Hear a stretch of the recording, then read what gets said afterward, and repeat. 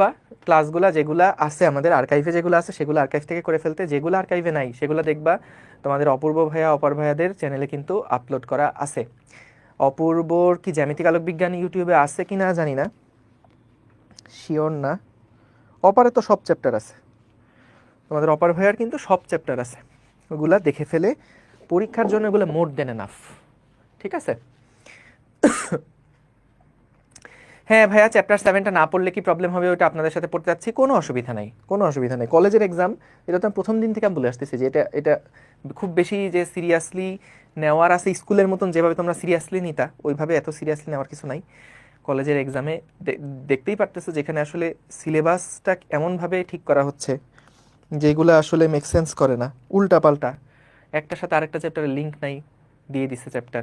আমি যেমন এর আগে একবার দেখছিলাম কোন একটা কলেজে জানো, ফার্স্ট ইয়ারের তোমার হচ্ছে মানে ইয়াতে ফার্স্ট ইয়ারের একটা মিড হয় না, ওই মিড পরীক্ষার মধ্যে দেখলাম যে চ্যাপ্টার দিয়ে দিচ্ছে ভৌতালোক বিজ্ঞান। ফার্স্ট ইয়ার এর পরে ওরা ভৌতালোক বিজ্ঞান হচ্ছে পর্যাবৃত্ত গতি কনসেপ্ট থাকা লাগবে, তরঙ্গের কনসেপ্ট থাকলে ভালো, তারপরে গিয়ে হচ্ছে তোমার ভৌতালোক বিজ্ঞান। তো এক লাফ দিয়ে ভেক্টরের পড়াচ্ছে, আবার ওদিকে ভৌতালোক বিজ্ঞান পড়াচ্ছে, মানে জাস্ট সূত্র দেখায় অঙ্ক, সূত্র দেখায় অঙ্ক, এই এটা এমনি করে পড়ে কোনো লাভ আছে? কোনো লাভ নাই। তো এই জন্য কলেজের পরীক্ষার জন্য যেটা করো, কলেজের পরীক্ষার জন্য আর্কাইভগুলো দেখো, দেখে কলেজের পরীক্ষা সামলাও। আমরা যেভাবে করে ডিটেইলসে আগাচ্ছি, তাড়াহুড়ার জন্য আমরা এই ফ্লো নষ্ট করব না, বুঝতে পারছো? তোমার কলেজের পরীক্ষা যদি এরকম হইতো যে ভাইয়া সবগুলা কলেজে একই টাইমে পরীক্ষা, না এরকম না। আমি আজকে ওই যে 26-এর অফিসিয়াল গ্রুপে পোস্ট দিলাম, দেখি জুন মাসে পরীক্ষা আছে, মে মাসে আছে, কারো পরীক্ষা শুরু হয়ে গেছে। তো এরকম হইলে তো ঝামেলা আসলে, বুঝতে পারছো?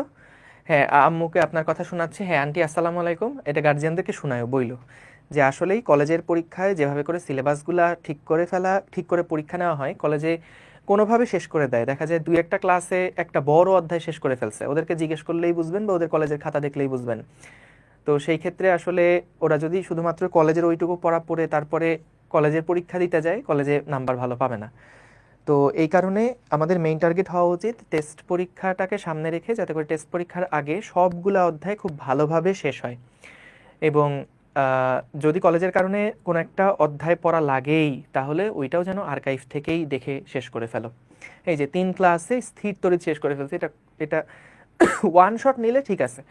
ওয়ান শট যদি হয় যে ঠিক আছে, প্রথমবারে তোমরা অনেকবার পড়ে পড়ে শেষ করে ফেলছো, একবার রিভাইজ দেওয়া হচ্ছে ক্লাসের মাধ্যমে, সেটা হইতে পারে। কিন্তু প্রথমবারে 3টা ক্লাসে শেষ করে ফেলছে, 3টা ক্লাস তো তাও 2 ঘন্টার না, 3টা ক্লাস কতক্ষণে, 40 মিনিটের ক্লাস হয়তো বা।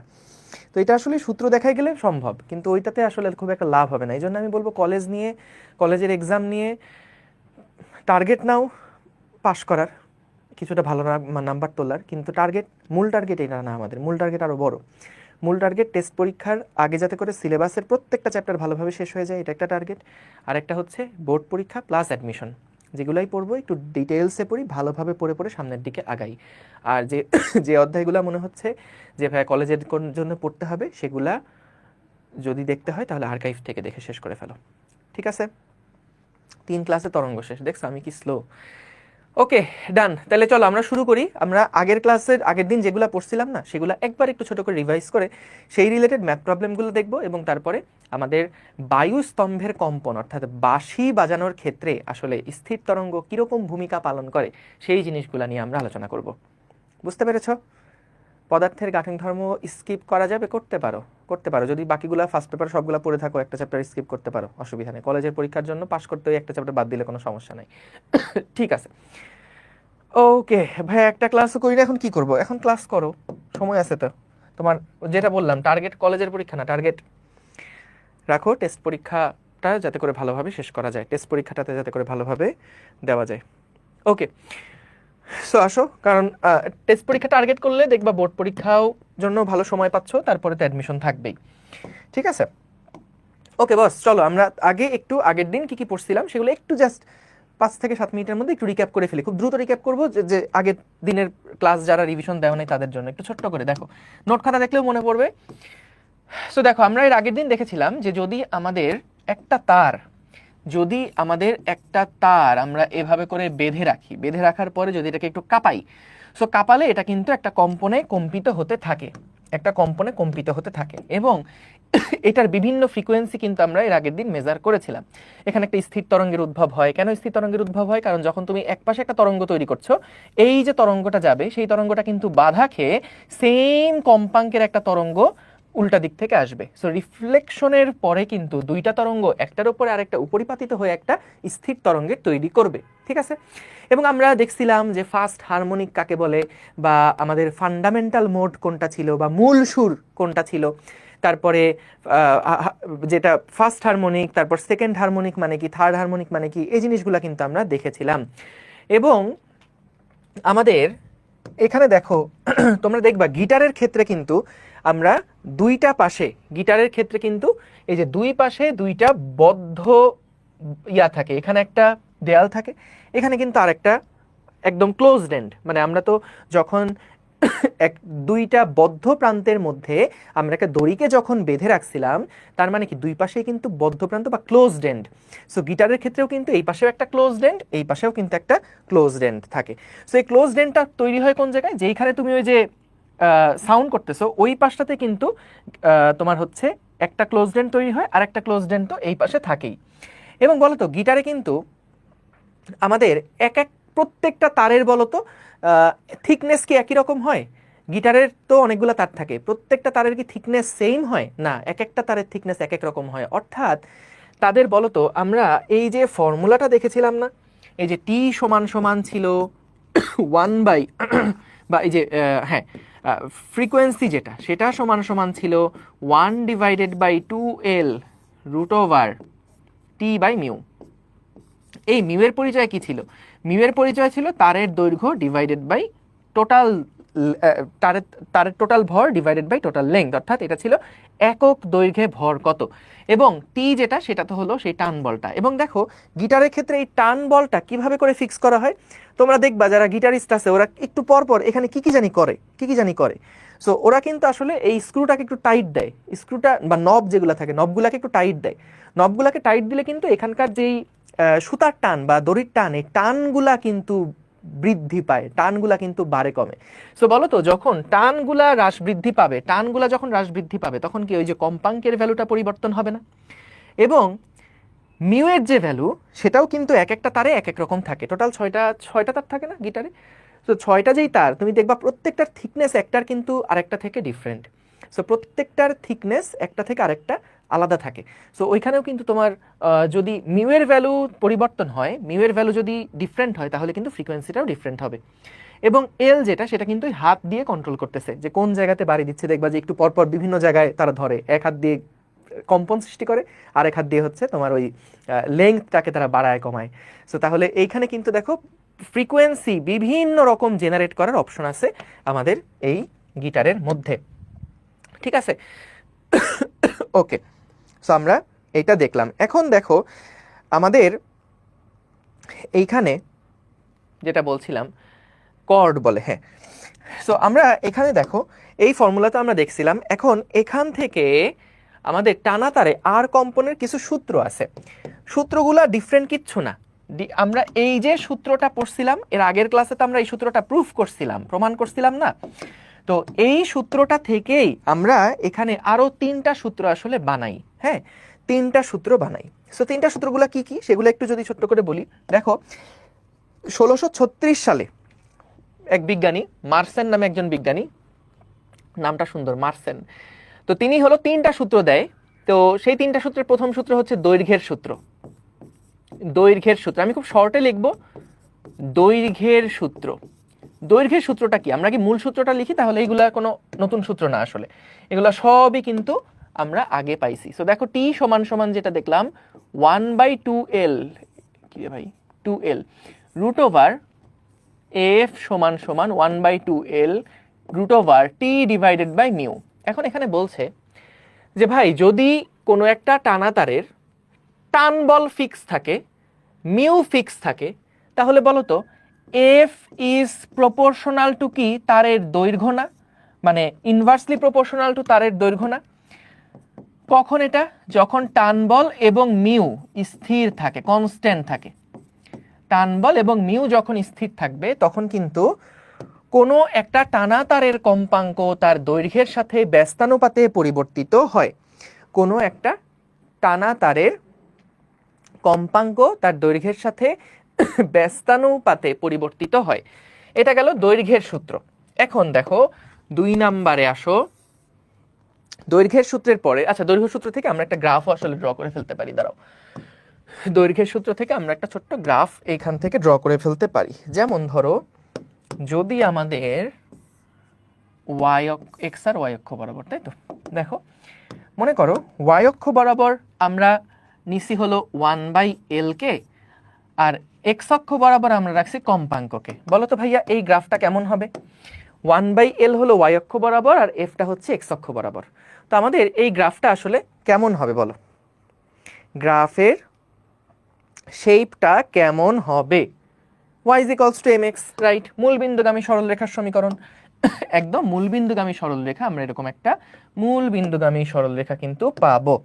কারণ দেখো, এটা বুঝতেই পারছো, যদি এই পার্ট পুরাটা কনস্ট্যান্ট হয় এবং 1/L যেটা আছে, আমি একটু আলাদা করে লিখি দাঁড়াও, যে আমাদের f বা এই যে, যেহেতু এটাকে y অক্ষ বরাবর আমরা নিছি, মেইন সূত্র কি ছিল? f সমান সমান 1/2L root over t divided by mu. So আমরা এখান থেকে 1/Lটাকে যদি y অক্ষ বরাবর রাখি, তাহলে এখানে আসছে 2 root over mu divided by t into f। So তাহলে ভাইয়া খেয়াল করো, এই পার্টটা যেটা, সেটা হচ্ছে আমরা y অক্ষ বরাবর নিয়েছি, এটাকে আমরা y অক্ষ বরাবর নিয়েছি, আর 2f ডিভাইডেড, হ্যাঁ এইটা হচ্ছে আমরা নিয়েছি x অক্ষ বরাবর। তাহলে বলো তো দেখি, আমাদের এই যে অ্যাঙ্গেলটা আছে, আমরা কি এই অ্যাঙ্গেলটা বের করতে পারবো না? কিভাবে বের করতে পারবো? কারণ এইটুকু অংশ কি নির্দেশ করে? এইটুকু অংশ নির্দেশ করছে সেই সরলরেখাটার ঢাল, সেই সরলরেখাটার ঢাল নির্দেশ করছে। তাহলে দেখো, ঢাল m সমান সমান আমরা লিখতে পারি 2 root over mu divided by T. So আমাদের যদি একক দৈর্ঘ্যে ভর কত বলা থাকে এবং টান বল বলা থাকে, তাহলে কিন্তু দেখো ঢালকে আমরা কি লিখতে পারি? ঢাল, কোনো একটা সরলরেখার ঢাল, ঢাল m সমান কি লেখা যায় বলো তো? tan থিটা লেখা যায়। তাহলে tan থিটা সমান সমান 2 root over mu divided by T. তাহলে এখান থেকে কিন্তু ওই থিটার মানটাও বের করে ফেলতে পারবা। কথা কি বুঝতে পেরেছো? সহজ না বলো তো? এই ফিজিক্স ম্যাথ নিয়ে গেঞ্জাম করো না তো তোমরা। হ্যাঁ মিয়া, আগে শেষ করো। ফিজিক্স পড়তে গেলে দেখছো যে ম্যাথ লাগে, তোমরা এরকম করে ইয়া করো কেন? ঝগড়া করো কেন তোমরা? ছি ছি ছি ছি ছি। থাক, আমি এখন আর কিছু বলতে চাচ্ছি না। ওকে, সো দেখো, আমরা এই গিটার বানান ভুল লিখছো। গিটার বানান একজন লিখছে ভাই, গিটার, সর্বনাশ। ঠিক আছে, দেখো, সো এইটা গেল আমাদের দৈর্ঘ্যের সূত্র, এটা গেল আমাদের দৈর্ঘ্যের সূত্র। এরপর আছে হচ্ছে ভাইয়া টানের সূত্র। এরপরে আছে হচ্ছে ভাইয়া টানের সূত্র। টানের সূত্র, এই ভাষাগুলা একটু বই থেকে দেখে নিবা। দেখো টানের সূত্র কি বলে? টানের সূত্র বলে হচ্ছে এফ কম্পাঙ্কটা is proportional to root over T. বলো তো ভাই এটা কখন কখন হবে? এই জিনিসটা কখন কখন হবে? যখন তারের দৈর্ঘ্য এবং মিউ যখন ফিক্স থাকবে, তখনই এটা আমরা লিখতে পারবো, তাই না? তখনই এটা আমরা লিখতে পারবো। ঠিক আছে, ওকে। এখন দেখো, এইখানেও চাইলে গ্রাফ আবার আঁকা যায়, যে আমরা ধরো F versus root over T এর একটা গ্রাফ নিলাম, বা আমরা এখান থেকে ধরো, যদি আগে তো আমরা 1/L এর সাথে একটা গ্রাফ দেখছিলাম, ধরো কিসের গ্রাফ নিবা? যদি F versus root over T এরই গ্রাফ নাও, F versus root over T এর একটা গ্রাফ নাও, তাহলে এটাও কিন্তু হবে কি একটা মূল বিন্দুগামী সরলরেখা হবে, তাই না? কেন মূল বিন্দুগামী হবে? কারণ f সমান সমান 1/2L root over T divided by mu. তাহলে এখান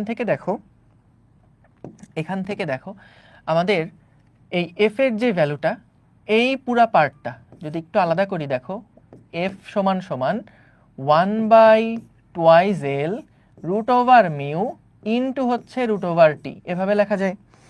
তো ভাইয়া এখান থেকে এই পার্টটাকে আমরা বসাইছি হচ্ছে y বরাবর, এই পার্টটাকে আমরা বসাইছি হচ্ছে এক্স বরাবর, এবং এই পার্টটা হচ্ছে আমাদের সেই ঢাল, এই পার্টটা হচ্ছে আমাদের ঢাল এম। সো তাহলে আবারও সেই অ্যাঙ্গেল ট্যাঙ্গেল বের করতে চাইলে কিন্তু বের করতে পারবা। এখান থেকে আসলে প্রচুর অনেক টাইপের প্রশ্ন কিন্তু করা যেতে পারে, ঠিক আছে? ওকে, যদি এফ ভার্সেস টি বলতো, হ্যাঁ করতে পারতা, কোনো অসুবিধা নাই। দেখো এফ ভার্সেস টি হইলে কি হবে, শোনো তোমাদেরকে আমি একটা কথা বলি।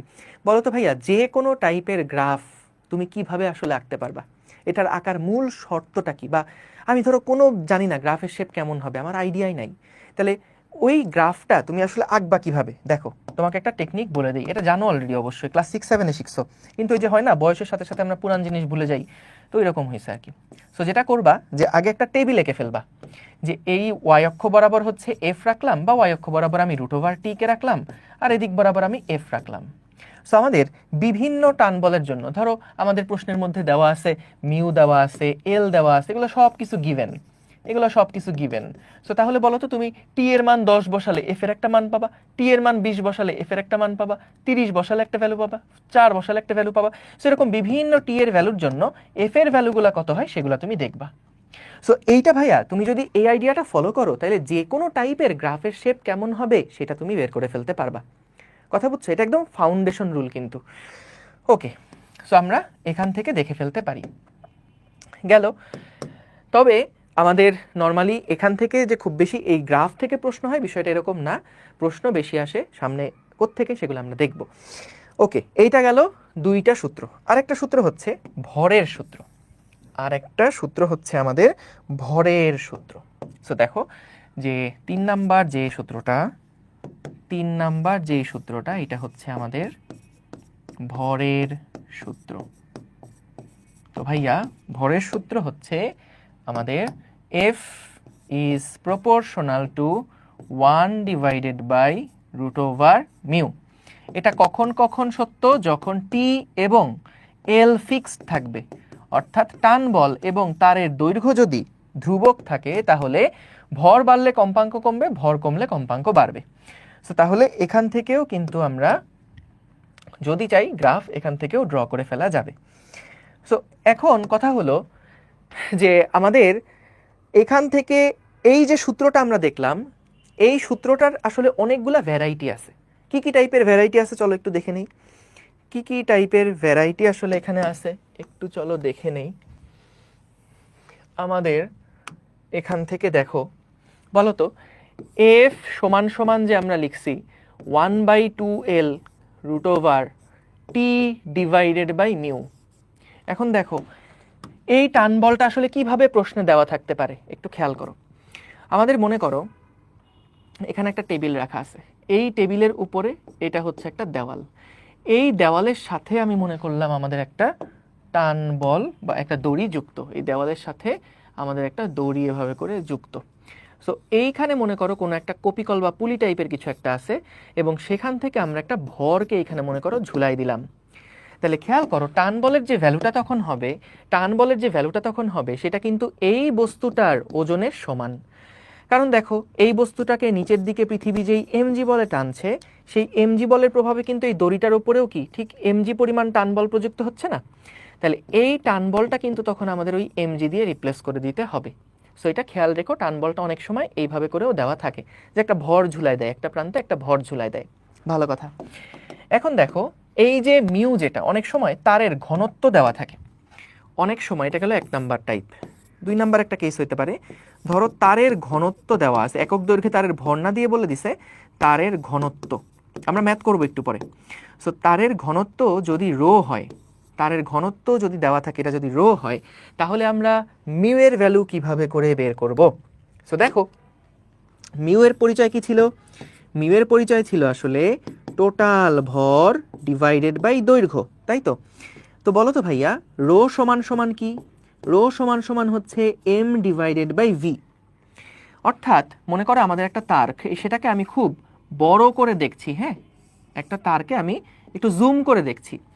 এইরকম অবস্থায় এই তারের যে প্রস্থচ্ছেদের ক্ষেত্রফল সেটা মনে করলাম a, এবং তারের যে দৈর্ঘ্য সেটা মনে করলাম l।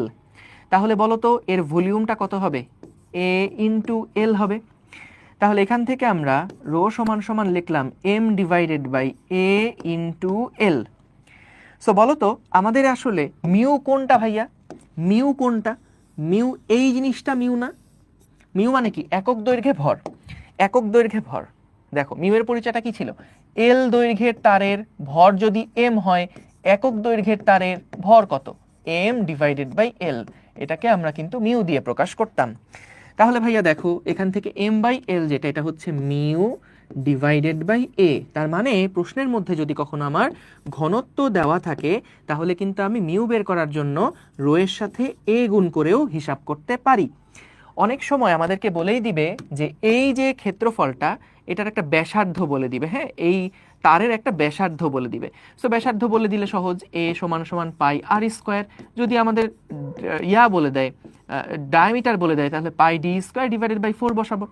তো আমাদের এখান থেকে এটা খেয়াল রেখো যে অনেক সময় পাই আর স্কোয়ার যদি প্রস্থচ্ছেদের ক্ষেত্রফলটা একটা সিলিন্ডার আকৃতির হয়, মানে কি বলবো, প্রস্থচ্ছেদের ক্ষেত্রফলটা যদি বৃত্তাকার হয়, সরি, তাহলে আর ব্যাসার্ধের বৃত্তাকার হইলে আমরা এ সমান লিখতে পারবো পাই আর স্কোয়ার সমান সমান কি হবে? Pi D square divided by 4। So mu গেল। আমরা তাহলে দেখো সমীকরণটা কিন্তু এভাবে করেও লিখতে পারি। সমীকরণটা এভাবে করেও লেখা যাবে যে এফ সমান সমান 1 divided by 2l root over T divided by, বলেন তো মিউ সমান কি লেখা যায় তাহলে? রো ইন্টু পাই আর স্কোয়ার। রো ইন্টু পাই আর স্কোয়ার। এই দেখো এখান থেকে চাইলে আরো দুইটা সূত্র তুমি জেনারেট করতে পারো, আরো দুইটা সূত্র তুমি জেনারেট করতে পারো। দেখো এফ ইজ প্রপোর্শনাল টু, বলতো 1 বাই রুট ওভার রো না? এটা কখনকার জন্য সত্য? যখন এল ফিক্সড, টি ফিক্সড, আর ফিক্সড, তখনকার জন্য এই সূত্র, এই শর্তও কিন্তু খাটবে। দেখো এই যে এফ এর সাথে যদি বলে ঘনত্বের সম্পর্ক কি, তারের ঘনত্বের সাথে কম্পাঙ্কের সম্পর্ক কি, তাহলে ঘনত্বের সাথে কম্পাঙ্কের সম্পর্ক কিন্তু দেখো এই যে 1 বাই রুটের সমানুপাতিক। কিন্তু খেয়াল করো কখন এটা সত্য? যখন আর ফিক্স থাকবে, টি ফিক্স থাকবে, এল ফিক্স থাকবে, তখনই তো এফ এর সাথে রো এর সম্পর্কটা এরকম আমি লিখতে পারবো, তাই তো? আবার বলতো এফ ইজ প্রপোর্শনাল টু কিন্তু লেখা যায় 1 ডিভাইডেড বাই আর। এটা কি? এটা হচ্ছে তারের প্রস্থচ্ছেদের যে ব্যাসার্ধ সেটা। এটা কখনকার জন্য সত্য? যখন রো ফিক্স থাকবে, যখন এল ফিক্স থাকবে, যখন টি ফিক্স থাকবে, তখন কিন্তু আমরা এটা লিখতে পারবো যে F is proportional to 1 by R. অর্থাৎ মনে করো একই ঘনত্ব, একই দৈর্ঘ্যের দুইটা তার আছে, একই ঘনত্ব এবং একই দৈর্ঘ্যের দুইটা তার আছে। দেখা গেল একটা হলো মোটা তার আর একটা হলো চিকন তার। তাহলে যেই তারটা মোটা তার কম্পাঙ্ক হবে কম, অর্থাৎ ওটা খুব আস্তে আস্তে কাঁপবে। আর যেই তারটা চিকন, যেই তারটা চিকন সেটা কিন্তু কাঁপালে খুব দ্রুত কাঁপতে থাকবে। অর্থাৎ যেটা আর কম তার এফ বেশি, যার আর বেশি তার এফ কম। বুঝছেন? বলেন ঠিক আছে? ডান ডানা ডান ডান। তাহলে এগুলো আমরা বুঝলাম, এগুলা সহজ সহজ জিনিসপত্র। ওকে, তো চলো আমরা কয়েকটা ম্যাথ প্রবলেমের দিকে যাই। দেখো প্রশ্নটা একটু তুলে ফেলো, আজকের 1 নাম্বার ম্যাথ প্রশ্নটা একটু চট করে তুলে ফেলো তো ভাইয়া, চট করে তুলে ফেলবা, তোলার সময় যেন চট করে একটা শব্দ হয়। দেখো কি বলছে, নির্দিষ্ট দৈর্ঘ্যের একটা তার, তার মানে এল ফিক্সড। আচ্ছা, নির্দিষ্ট বল দ্বারা টান দেওয়া আছে, তার মানে টিও ফিক্সড। ভালো কথা। যদি টান বল 4 গুণ এবং একই সাথে তারের দৈর্ঘ্য দ্বিগুণ করা হয় তাহলে কম্পাঙ্কের কিরূপ পরিবর্তন হবে? তাহলে কম্পাঙ্কের কিরূপ পরিবর্তন হবে?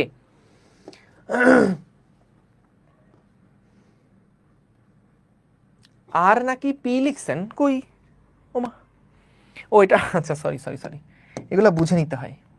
এটা হলো আর লিখেছি, আর। ওকে, তোলার সময় দিয়েছি, দেখেন। আচ্ছা আমি বলছি টোটাল আজকে তো 8 নাম্বার ক্লাস, 12 থেকে 14টা মতন ক্লাস লাগবে টোটাল, বুঝছো? 12 থেকে 14টা মতন টোটাল ক্লাস লাগবে। ঠিক আছে, ওকে। তোমাদের আমরা এখনো কিন্তু ধরো এই অধ্যায়ের কোনো ডিফিকাল্ট ম্যাথে কিন্তু আমরা এখনো যাই নাই।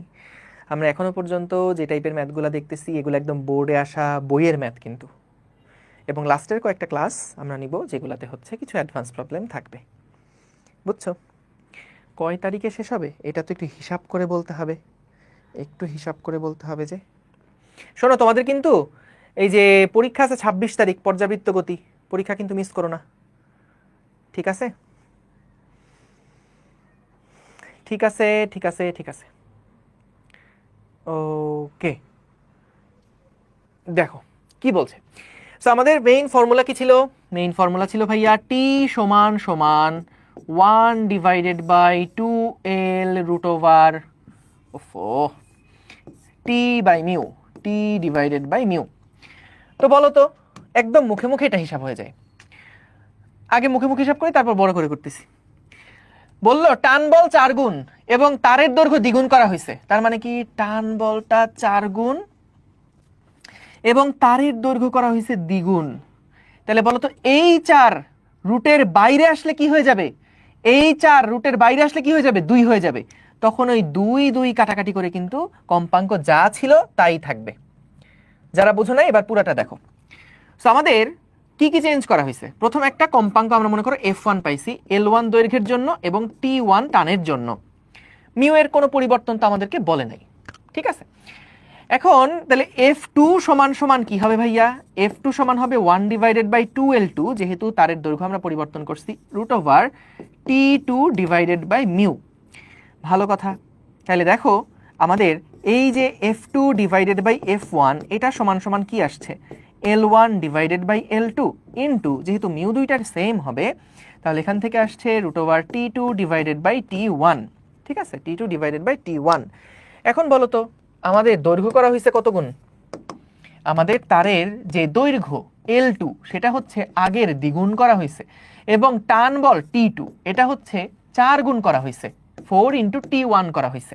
তাহলে ভাই বলো তো T2 বাই T1 কত? T2 বাই T1 হচ্ছে 4 আর L1 বাই L2 কত? হাফ। তাহলে এখান থেকে কি আসে? আসছে 1। তার মানে কি দাঁড়াচ্ছে যে F2 সমান সমান F1। তাহলে কম্পাঙ্কের কোনো পরিবর্তন কি আসলে হয়েছে? না, সো পরিবর্তন হবে না। অ্যান্সার হচ্ছে যেহেতু যেহেতু আদি কম্পাঙ্ক এবং শেষ কম্পাঙ্ক সমান, কাজেই কম্পাঙ্কের পরিবর্তন হবে না। ঠিক আছে কথা? পরের প্রবলেমে যাই, গেলাম। তুলে নেন তো এটা, দ্রুত তুলে নেন। এটা হচ্ছে 2 নাম্বার প্রবলেম। কি বলছে দেখো, 100 সেন্টিমিটার দৈর্ঘ্যের এবং 8 গ্রাম ভরের একটা তারের ভর দেওয়া আছে কিন্তু, এবং তারের দৈর্ঘ্য দেওয়া আছে। একটা তার এত কেজি ওয়েট বলে টানা অবস্থায় 35 হার্জ কম্পাঙ্কের মূল সুরে কাঁপতে থাকে। তারের প্রস্থচ্ছেদের ক্ষেত্রফল 1 মিলিমিটার স্কয়ার হলে তারটির উপাদানের ঘনত্ব এবং তারে সৃষ্ট তরঙ্গের বেগ নির্ণয় করো। ঠিক আছে, লিখে ফেলো, লেখা হয়ে গেলে বলো।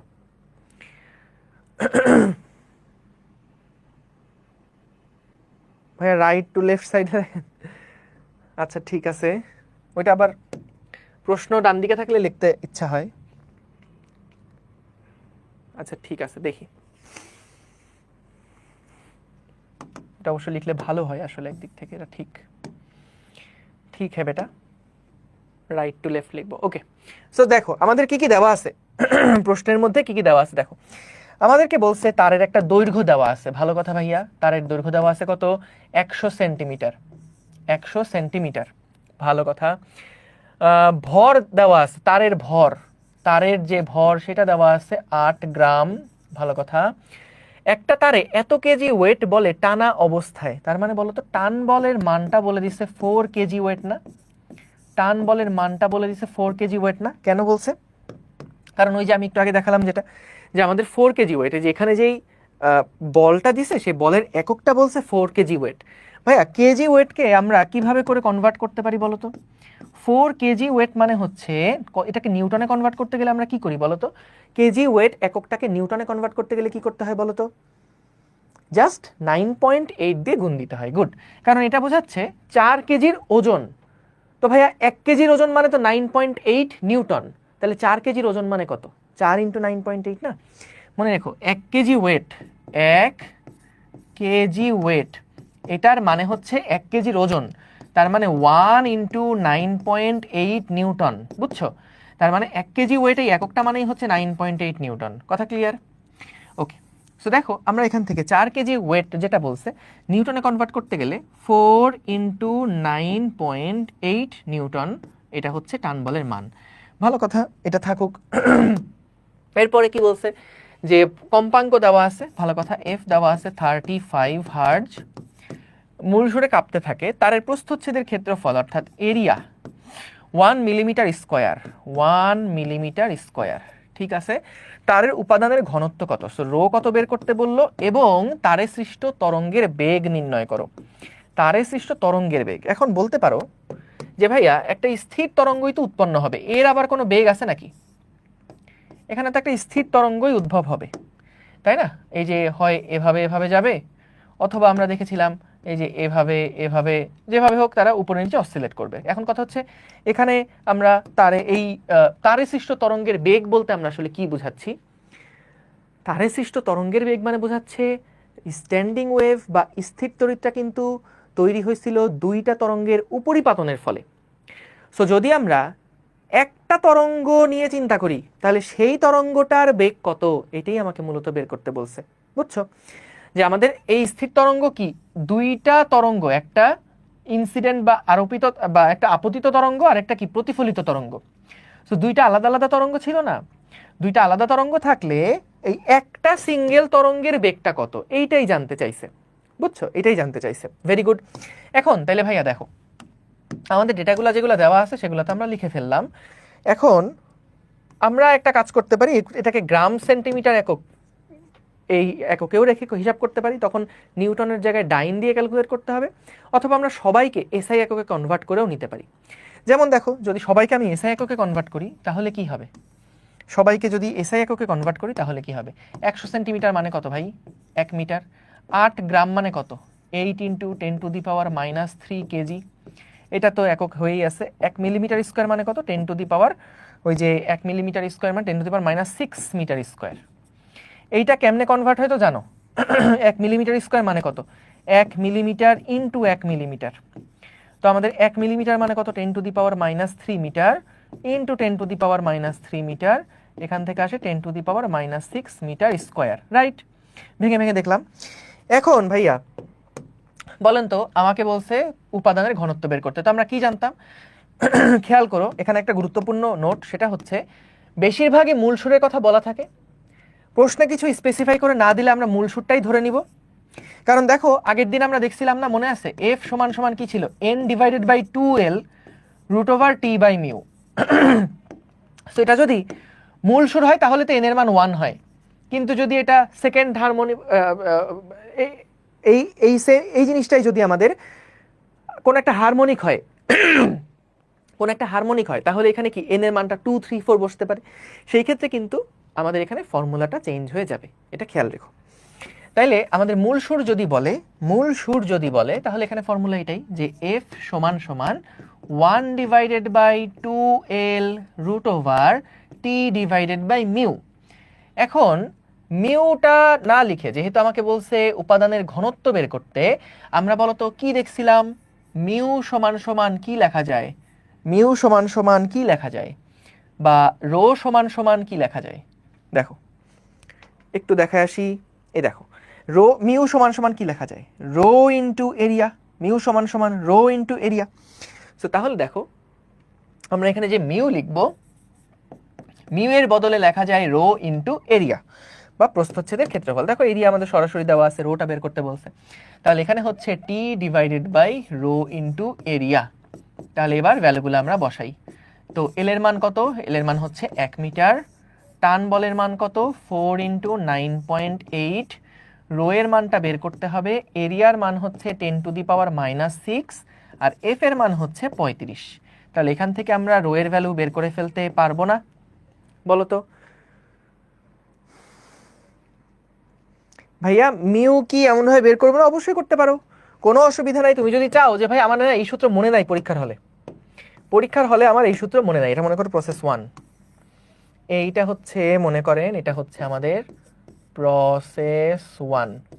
যদি এইটা মনে না থাকে যে ভাই রো এ দিয়ে হিসাব করতে হয়, তখন তুমি এফ সমান সমান 1/2L root over T divided by mu ধরে করবা।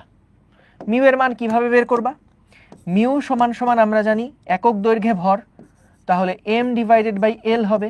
m এর মান হচ্ছে 8 × 10⁻³ এল এর মান হচ্ছে 1 মিটার, তাহলে এটাই হলো মিউ এর মান। এবং মিউ সমান সমান রো ইন্টু এ, এখান থেকে পরে তুমি রো এর ভ্যালু বসায় হিসাব করে ফেলতে পারো যে মিউ পেয়ে গেছো। এখানে তো মিউটা আননোন, তাই না? সো মিউটা যদি পেয়ে যাও তখন কিন্তু এখান থেকে রো এর ভ্যালু বের করে ফেলতে পারবা যে মিউ ডিভাইডেড বাই এ, তাই না? সো মিউ মানে কত? m/l, l ইন্টু এ মানেই তো আমাদের হচ্ছে সেই ভলিউমটা। যাই হোক, এই সূত্র মনে রাখলেই এখান থেকে আমরা রো এর ভ্যালু কত বের করে ফেলতে পারবো। বলো তো এই দুইটা অঙ্ক যে করলাম, দুইটা অঙ্ক কি তোমরা বুঝতে পেরেছো ভাইয়া ও আপুরা? 8000 আসছে? আসছে।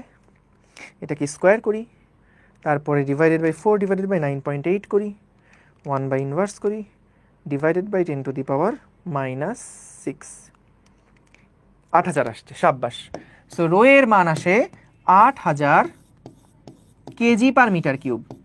8000 কেজি পার মিটার কিউব। কথা ঠিক আছে ভাইয়া? ওকে, ডান, ডানাডান, ডান। চলেন পরের প্রশ্ন দেখে ফেলি। 3 নাম্বার প্রশ্ন দেখে ফেলো তো সবাই। 3 নাম্বার প্রশ্ন কি বলছে দেখো। প্রশ্নটা আগে ঠান্ডা মাথায় পড়ো। আর কম্পনে কম্পনরত দুইটা তারের দৈর্ঘ্যের অনুপাত দেওয়া আছে, ব্যাসের অনুপাত দেওয়া আছে এবং উপাদানের ঘনত্বের অনুপাত দেওয়া আছে। ভালো কথা। তার দুইটা যথাক্রমে 6 কেজি এবং 10 কেজি ওজন দ্বারা টানা থাকলে তাদের কম্পাঙ্কের অনুপাত কত নির্ণয় করো। কম্পাঙ্কের অনুপাত কত নির্ণয় করো। ঠিক আছে। ও ভেলোসিটি বের করি না, ছি ছি ছি ছি ছি, সরি। এইখানে আরেকটা পার্ট বাকি ছিল, ভেলোসিটি বের করি নাই, ছি ছি ছি ছি ছি ছি ছি। ভেলোসিটি কি হবে বলো তো? ভেলোসিটি বলছে তারে সৃষ্ট তরঙ্গের বেগ। ভাইয়া টি সমান সমান কি ছিল বলো তো? ভি সমান সমান কি ছিল বলো তো? আমরা আগের ক্লাসে যে প্রমাণ করেছিলাম, ভি সমান সমান কি ছিল? টি ডিভাইডেড বাই মিউ ছিল না? ভি সমান সমান root over T divided by mu ছিল না? তাহলে এখান থেকে টান বল কত? টান বল কত ছিল? টান বল হচ্ছে 4 × 9.8, 4 × 9.8 এবং মিউ এর ভ্যালু তো আমরা এখানে বের করছি 8 × 10⁻³ তাহলে এখান থেকে আমরা ভি এর ভ্যালু কত হয় বের করে ফেললেই হয়ে যাবে। 4 × 9.8 ডিভাইডেড বাই 8 10⁻³ রুট করলে আসে 70। এই 70 আসে 70 মিটার পার সেকেন্ড, তাই না? Good, very good. Okay, done, ডানাডান, ডান। চলেন পরেরটা। দুইটা তার দেওয়া আছে কিন্তু ভাইয়া এইখানে এবার আমাদেরকে বলেছে তার আছে কয়টা? তার আছে দুইটা। দুইটা তারের দৈর্ঘ্যের অনুপাত বলে দিছে, তার মানে L1 ডিভাইডেড বাই L2 এটা সমান সমান হচ্ছে 2 divided by 3। Done, clear. Okay, ব্যাসের অনুপাত বলে দিছে, ব্যাস হচ্ছে D1 ডিভাইডেড বাই D2 এটা সমান সমান হচ্ছে 6/5, 6 ডিভাইডেড বাই 5। উপাদানের ঘনত্বের অনুপাত বলে দিছে ρ1 ডিভাইডেড বাই ρ2 সমান সমান হচ্ছে 5 ডিভাইডেড বাই 3, 5 ডিভাইডেড বাই 3। নিচে নিচে লিখি, জায়গা তো আমার আছে, তোমাদের না হলে পেজে জায়গা কম, তোমরা পাশাপাশি লেখো, আমার এখানে জায়গা আছে, আমি বড় করে লিখি। দুইটা তারের টান বলের অনুপাতও কিন্তু ভাইয়া দেখো দেওয়া আছে, তাই না? টান বলের অনুপাতও দেওয়া আছে T1 ডিভাইডেড বাই T2 এটা সমান সমান মূলত কি হয়? M1G ডিভাইডেড বাই M2G হবে। এই ক্ষেত্রে জি কাটাকাটি হয়ে গেলে আমাদের আলটিমেটলি T1 বাই T2 মানে হচ্ছে 6/10। এখন বলছে তাদের কম্পাঙ্কের অনুপাত কত বের করো। সো প্রশ্ন হচ্ছে F1 বাই F2 সমান সমান কত হবে? তাহলে ভাইয়া দেখো ডি রো এল কি ভেজাল। সো আমরা আগে সূত্রটা বের করে ফেলি। সূত্রটা কেমন ছিল দেখতে? এফ সমান সমান ছিল 1 divided by 2L root over T divided by mu. 1/2l root over T divided by mu মানে হচ্ছে ভাইয়া রো ইন্টু এ। এটাকে কি লেখা যায়? পাই আর স্কোয়ার হিসেবে লেখা যায় 1/2l root over T divided by rho into pi R square. নতুন নতুন বলে একটু সব লিখে দিচ্ছি। দেখো 1/r² ভাই একটু কষ্ট করে বাইরে নিয়ে আসো, তাহলে কি হবে 2r into L root over T divided by mu pi, sorry T divided by rho pi. তাহলে আমাদের যে ফর্মুলাটা দাঁড়াচ্ছে, এফ এর যে সূত্রটা দাঁড়াচ্ছে সেটা হলো বলতো 2r মানে কত? ডি না? 2r মানে কত? ব্যাস। তাহলে 1 ডিভাইডেড বাই সূত্র যেটা দাঁড়াচ্ছে এফ সমান সমান 1 divided by D into L root over T divided by pi into rho, pi into rho. দেখো ভাইয়া এটা এমন একটা ফরম্যাট, কেন এই ফরম্যাটে নিয়ে আসলাম? কারণ আমাদের প্রত্যেকটা অনুপাত আমাদের দেওয়া আছে, প্রতিটা অনুপাত আমাদের প্রশ্নের মধ্যে কিন্তু দেওয়া আছে। কথা কি বুঝছো? দেখো L1/L2 দেওয়া, দেখো আমাদের সমীকরণে এল আছে, এই দেখো এল আছে। D1/D2 দেওয়া, সমীকরণে ডি আছে। ρ1/ρ2 দেওয়া, সমীকরণে রো নিয়ে আসছি। T1/T2 দেওয়া, সমীকরণে টি আছে। তাহলে এফ এর ভ্যালু বের করা খুব সহজ। যেহেতু আমাদের বলছে তাদের কম্পাঙ্কের অনুপাত বের করতে, আমি কি লেখার জন্য সময় দিছিলাম না তোমাদের? দিছিলাম তো, দিছিলাম, জি, গুড। তাহলে ভাই দেখো f1 ডিভাইডেড বাই f2, হ্যাঁ, এটা সমান সমান কি হবে বলো তো? বড় একটা টান আগে দিয়ে দিলাম, একটু খেয়াল করো, একটু খেয়াল করো। এখানে একটা সুন্দর টেকনিক আছে, এটা আমি দেখবা আর্কাইভে পদার্থের গাঠনিক ধর্ম অধ্যায় পড়ানোর সময় দেখাইছিলাম। একটু টেকনিকটা শিখে নাও। দেখো যখন আমাদের এই অনুপাতগুলো দেওয়া থাকে, তখন আমরা যখন আরেকটার অনুপাত বের করতে বলবে, তখন আগে সমীকরণটা এভাবে লিখে ফেললাম। এবার বলো তো ডি এর সাথে এফ কি ব্যস্তানুপাতে সম্পর্কিত না? তাহলে দেখো খেয়াল করো, যেহেতু ব্যস্তানুপাতে সম্পর্ক, তাই নিচে লিখবো D1, উপরে লিখবো D2, ডান। যেহেতু এল এর সাথে ব্যস্তানুপাতে সম্পর্ক, তাই নিচে লিখবো L1, উপরে লিখবো L2, মানে এটা যেন বিপরীত ভাবে থাকে, বিপরীত ভাবে থাকে। বলো তো দুইটারই পাই পাই কাটাকাটি হয়ে যাবে না? এটা কি আর লেখার দরকার আছে? দুইটারই f1/f2 এর কি পাই পাই কাটাকাটি হয়ে যাবে না? তাহলে এটা লেখা দরকার নাই। তাহলে দেখো তার কি বাকি থাকে? টি বাকি থাকে আর রো বাকি থাকে। আচ্ছা, সো টি এর সাথে এফ এর সম্পর্কটা কি?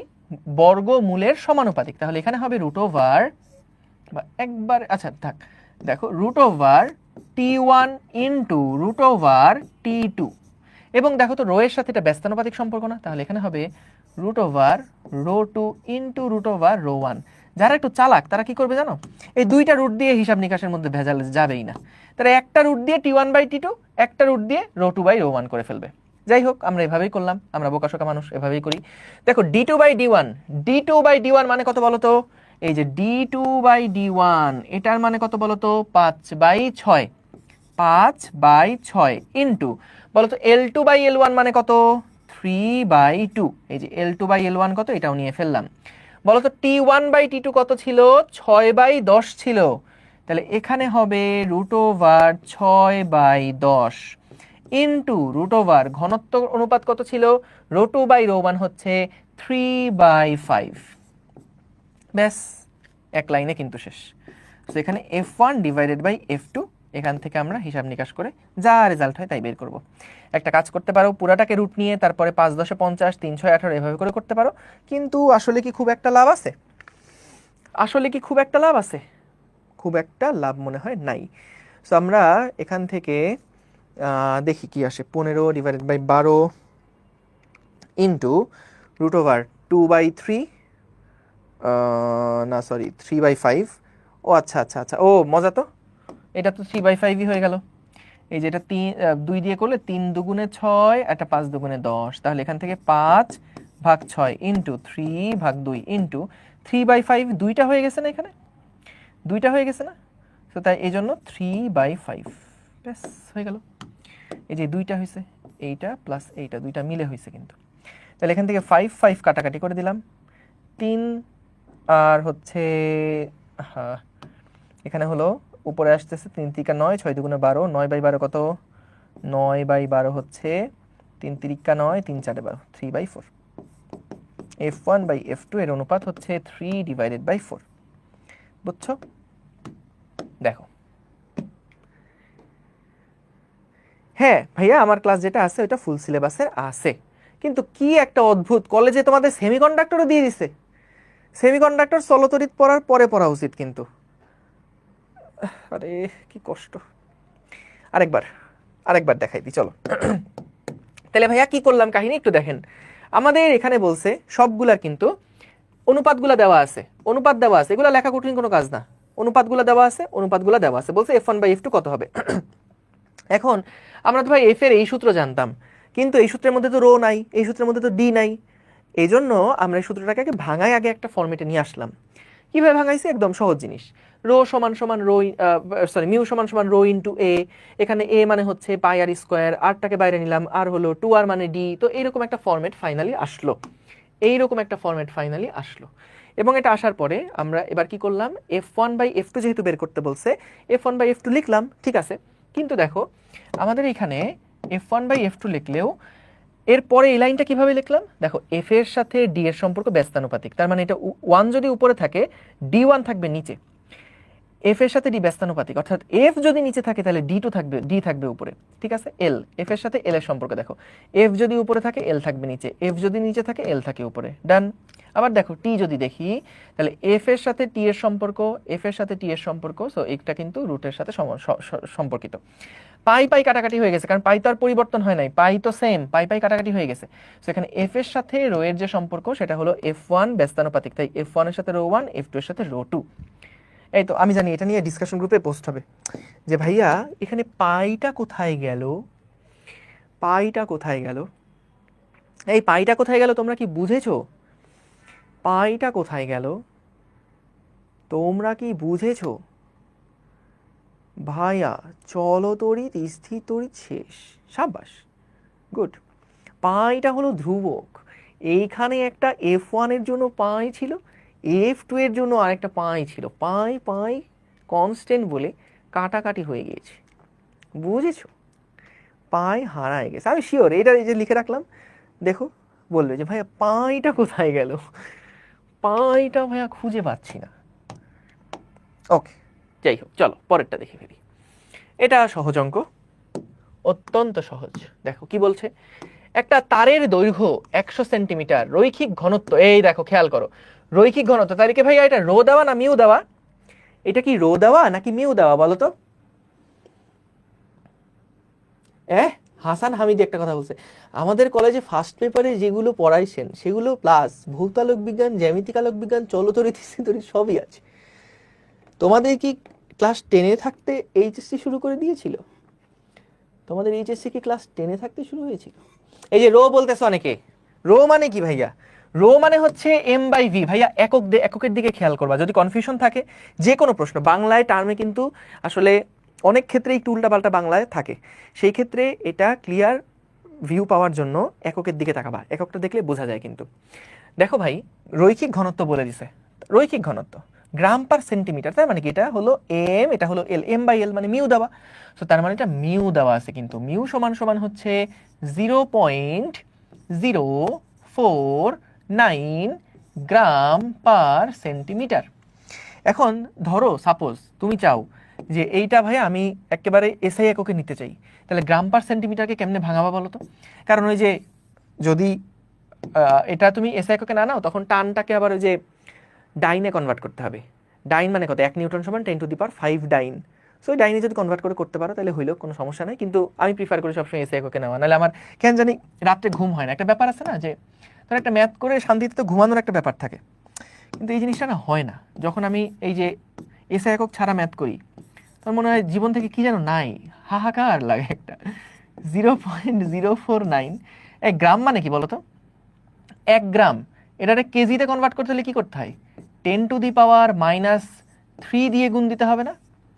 এবং এবং এবং 1 সেন্টিমিটার মানে কত? মিটারে কনভার্ট করতে গেলে কি 10⁻² মিটার দিয়ে গুণ দিতে হবে, ঠিক আছে? তাহলে এখান থেকে দেখো এই 3 2 কাটাকাটি হয়ে গেলে কি থাকে? 0.049 বা 0049 হবে, 0.0049 কেজি পার মিটার। এটা হচ্ছে মিউ এর ভ্যালু। দেখো আমি কোথাও ভুল টুল করলাম না তো? আমি কোথাও আবার ভুল টুল করলাম না তো?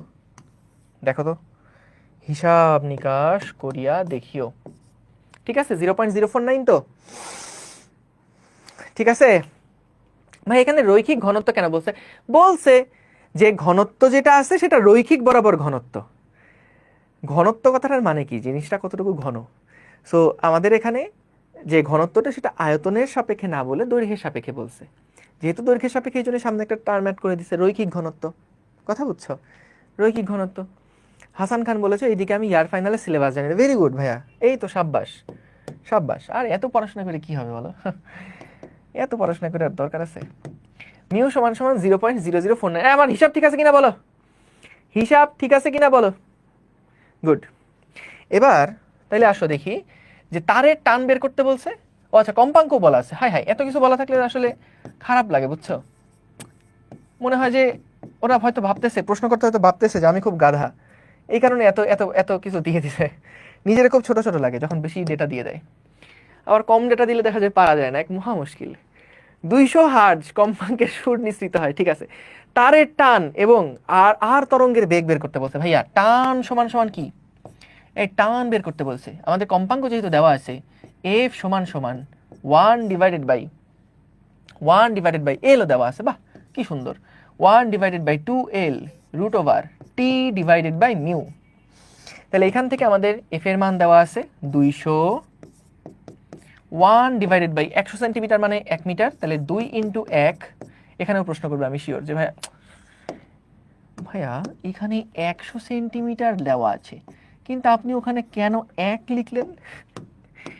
কি অদ্ভুত অদ্ভুত কিছু প্রশ্ন তোমরা মাঝে মাঝে করো। আর টি বের করতে বলছে, আর মিউ কত? মিউ হচ্ছে 0.0049। 0.0049। এবার আমরা হিসাব করে দেখি কত হয়।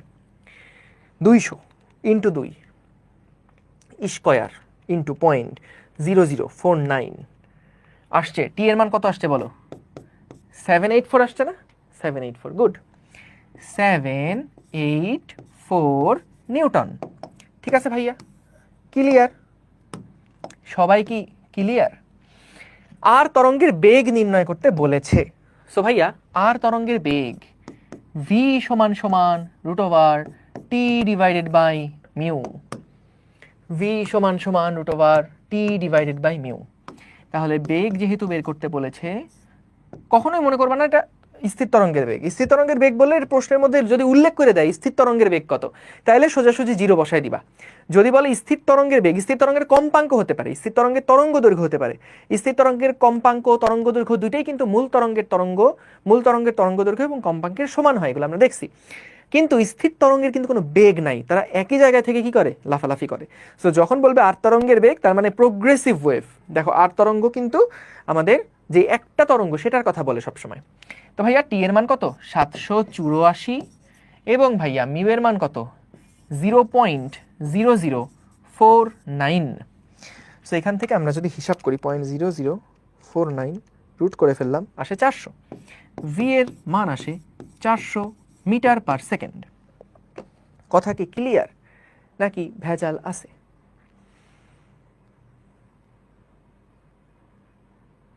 ঠিক আছে ভাইয়া, ডান। কে জানি ছুটি চাচ্ছে। এত দুষ্ট ছেলে পেলে। এই যেটা সুন্দর মাহাদি হাসান বলছে, আমাদের সিলেবাস স্যাররা যত দূর পড়াবে ততটাই সিলেবাস। যদি স্যাররা চিটাগাং পর্যন্ত পড়ায় তাহলে চিটাগাং পর্যন্ত সিলেবাস, রাজশাহী পর্যন্ত পড়ালে রাজশাহী পর্যন্ত সিলেবাস। এটাই হওয়া উচিত। স্যারদেরকে আমি স্যালুট জানাচ্ছি।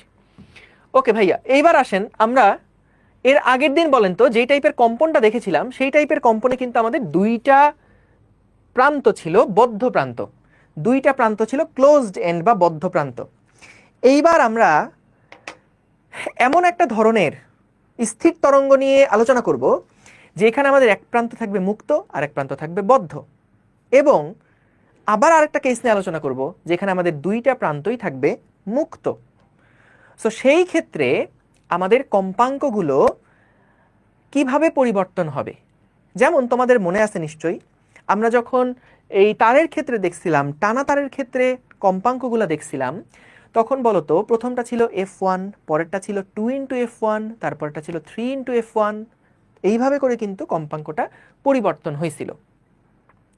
অর্থাৎ আমাদের কিন্তু প্রত্যেকটাই মানে পূর্ণ সংখ্যা যেটা পূর্ণ সংখ্যার গুণিতক ছিল, শুধু জোড়ের গুণিতক বা শুধু বিজোড়ের গুণিতক কিন্তু ছিল না। ঠিক আছে, সো আমাদের এখন আমরা যেটা দেখলাম, যেটা বলছে যে যদি এবার দুইটা প্রান্ত বদ্ধ না থেকে মনে করো একটা প্রান্ত বদ্ধ আছে, এক প্রান্ত খোলা আছে, তখনকার জন্য আমাদের এই সমীকরণগুলো কেমন হবে এইটা আগে একটু চলো দেখি। তো এইটা আসলে বাস্তবে কোথায় হয়? এইটা হয় হচ্ছে বায়ু স্তম্ভের কম্পনে। বায়ু স্তম্ভের কম্পন। ভাই বায়ু স্তম্ভের কম্পন মানে কি?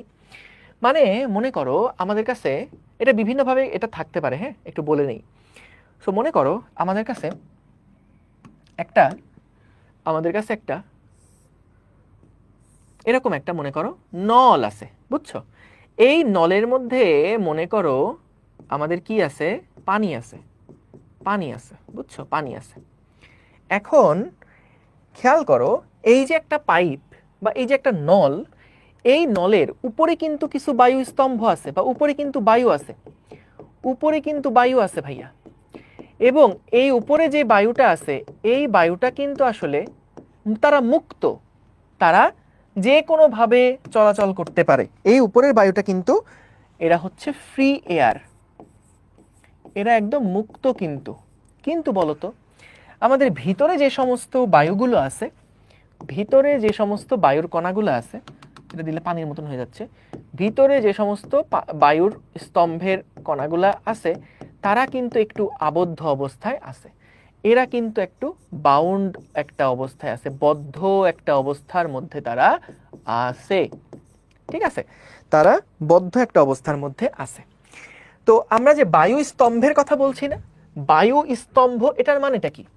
এই যে স্তম্ভটা, এই স্তম্ভটার মধ্যে যতটুকু জুড়ে বায়ু আছে এটাকে আমরা বলছি বায়ু স্তম্ভ। কথা বুঝছো? এইটাকে আমরা বলছি বায়ু স্তম্ভ, বায়ু স্তম্ভ। ওকে, বায়ু স্তম্ভ বা এয়ার কলাম, ইংরেজিতে এটাকে বলে এয়ার কলাম। আচ্ছা, অনেক সময় এরকম নিচে একটা অন্য ফ্লুইড দেওয়া থাকতে পারে, অথবা আমাদের সরাসরি এটা একটা কাচনল হতে পারে, যে একটাই কাচনল, এইটা হচ্ছে সেই বায়ুস্তম্ভ, একটাই কাচনল, এইটা হচ্ছে সেই বায়ুস্তম্ভ। ঠিক আছে, একটাই কাচনল হতে পারে এবং এটাই হচ্ছে সেই বায়ু স্তম্ভ। এখন কথা হচ্ছে আমরা চাই এর মধ্যে একটা তরঙ্গ পাঠাতে। বলো তো ভাইয়া, এর মধ্যে যদি আমরা একটা তরঙ্গ পাঠাই, সেই তরঙ্গ মনে করো এর মধ্যে যদি আমরা একটা তরঙ্গ পাঠাই, সেই তরঙ্গ মনে করো এইখানে একটা দেওয়াল পাবে না? এই দেওয়ালে সে কি ধাক্কা খাবে। সো ধাক্কা খেলে সে তখন কি করবে? ধাক্কা খেলে সে কিন্তু আবার পিছনের দিকে ব্যাক করবে। সো যখন একটা তরঙ্গ আসবে আর একটা তরঙ্গ রিফ্লেক্ট হয়ে চলে যাবে, তখন দুইটা তরঙ্গের উপরিপাতনের ফলে এই জায়গাতে কি একটা স্থির তরঙ্গের উদ্ভব হবে না? একটা স্থির তরঙ্গের উদ্ভব হবে। সো আমরা এখানে খেয়াল করে দেখো এই তরঙ্গটা আসলে পাঠাবো কিভাবে, কোন তরঙ্গ পাঠাবো? কথা হচ্ছে আমরা এই নলের সামনে একটা ফু দিব। তোমরা দেখছো বাঁশি বাজানোর ক্ষেত্রে যেটা হয়, এই নলের উপরের মুখ থেকে যদি আমরা একটা ফু দেই, তাহলে এই যে বায়ু স্তম্ভের একটা কম্পন তৈরি হলো না? বায়ুস্তম্ভের একটা কম্পন তৈরি হলো, এই কম্পনের মাধ্যমে কিন্তু একটা তরঙ্গ তৈরি হবে এখানে, এবং সেই তরঙ্গটা নিচের দেওয়ালে বাধা খেয়ে একটা রিফ্লেক্টেড তরঙ্গও আসবে। সো আপতিত তরঙ্গ আর রিফ্লেক্টেড তরঙ্গ দুইটা মারামারি করে কিন্তু একটা স্থির তরঙ্গের তৈরি করবে। এবং খেয়াল করো এখানে যখন আমাদের এর উপরে আমরা যখন শব্দ করব, ধরো মুখ দিয়ে শব্দ না করে একটা সুর শলাকা নিয়ে আসলাম, মুখ দিয়ে শব্দ না করে মনে করো আমরা একটা সুর শলাকা এখানে নিয়ে আসছি। সো যদি এরকম একটা সুর শলাকা আমরা নিয়ে আসি, ধরো এরকম একটা সুর শলাকা, এই সুর শলাকাটাকে যদি আমি কাঁপাই, ধরো এই সুর শলাকাটাকে যদি আমি কাঁপাই, এই সুর শলাকাটাকে একটু কাঁপাবো, দাঁড়াও, এই সুর শলাকাটাকে আমি একটু কাঁপাবো। সো যদি এই সুর শলাকাটাকে ধরে আমি একটুখানি কাঁপাই, এই যে কাঁপাচ্ছি, বুঝতে পারছো? সুর শলাকাটাকে ধরে উপরে নিচে কাঁপাচ্ছি, এটা হচ্ছে লেভেল ছিল, এখান থেকে আমি এটাকে একটু কাঁপাচ্ছি। সো বলো তো যদি আমি সুর শলাকাটাকে ধরে একটু কাঁপাই তখন কি হবে? যখন এটা নিচে নামবে তখন এই জায়গায় একটা সংকোচন তৈরি হবে, যখন এটা উপরে উঠবে তখন এখানে একটা প্রসারণ তৈরি হবে।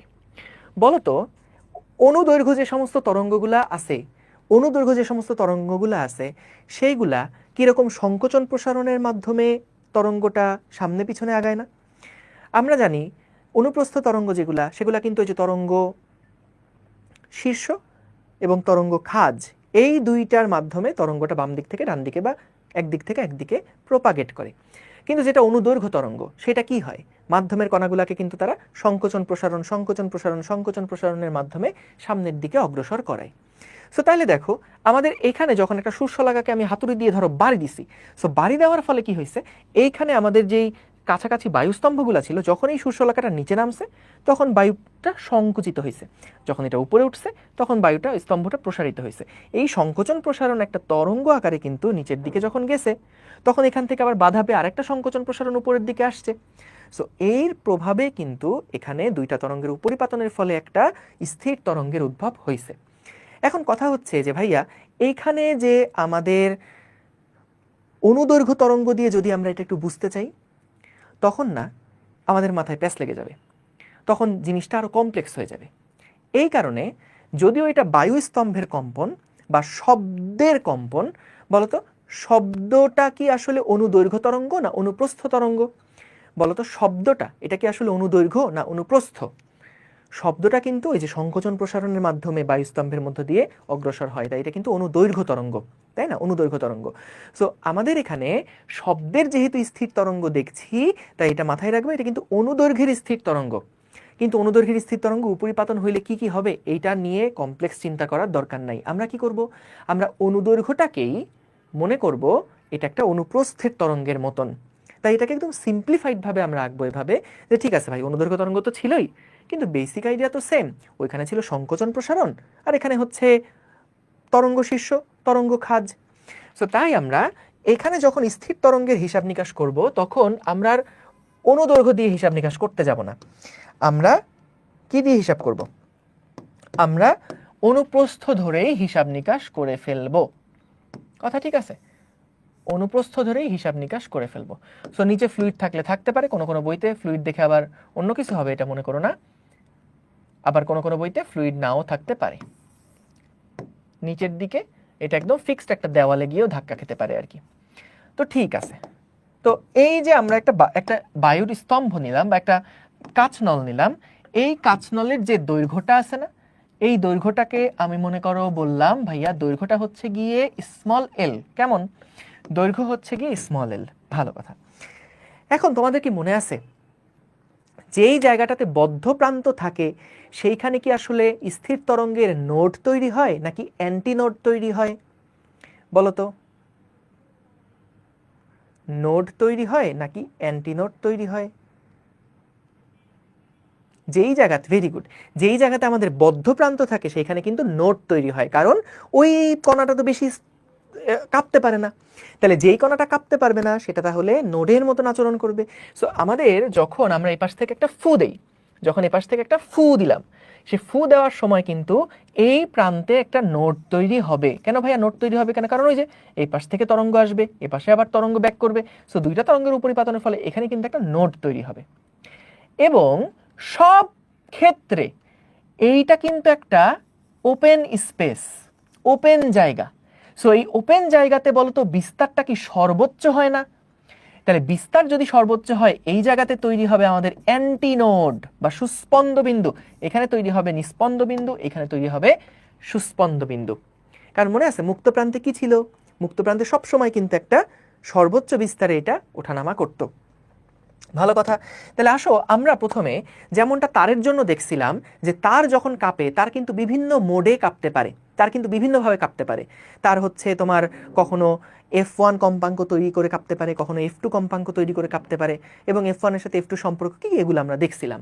সো আমরা এখানে একটু জানতে চাই যে এইখানে যে কম্পনটা, সেই কম্পনটার আসলে একদম মূল সুর যদি তৈরি হতে হয় সে মূল সুরটা আসলে মূল সুরের কম্পাঙ্কটা কত, মূল সুরের কম্পাঙ্কটা কত? তো বলো তো একদম প্রথম যে টাইপের তরঙ্গ, স্থির তরঙ্গ এখানে তৈরি হবে, প্রথম যে টাইপের স্থির তরঙ্গ তৈরি হবে সেটা কি এই পাশে হচ্ছে অ্যান্টি নোড, এই পাশে নোড। তাহলে নোড থেকে আমি যদি চিত্র আঁকা শুরু করি, ধরো এইটা হলো অ্যান্টি নোডের মধ্যে গেছে, এই যে দেখো নোড থেকে এইটা হচ্ছে গিয়ে এইভাবে করে গেছে আর এইটা হচ্ছে গিয়ে এইভাবে করে গেছে। আরে এইটা হচ্ছে গিয়ে মনে করো রে ধুর, এইটা হচ্ছে গিয়ে মনে করো এইভাবে করে গেছে, ঠিক আছে।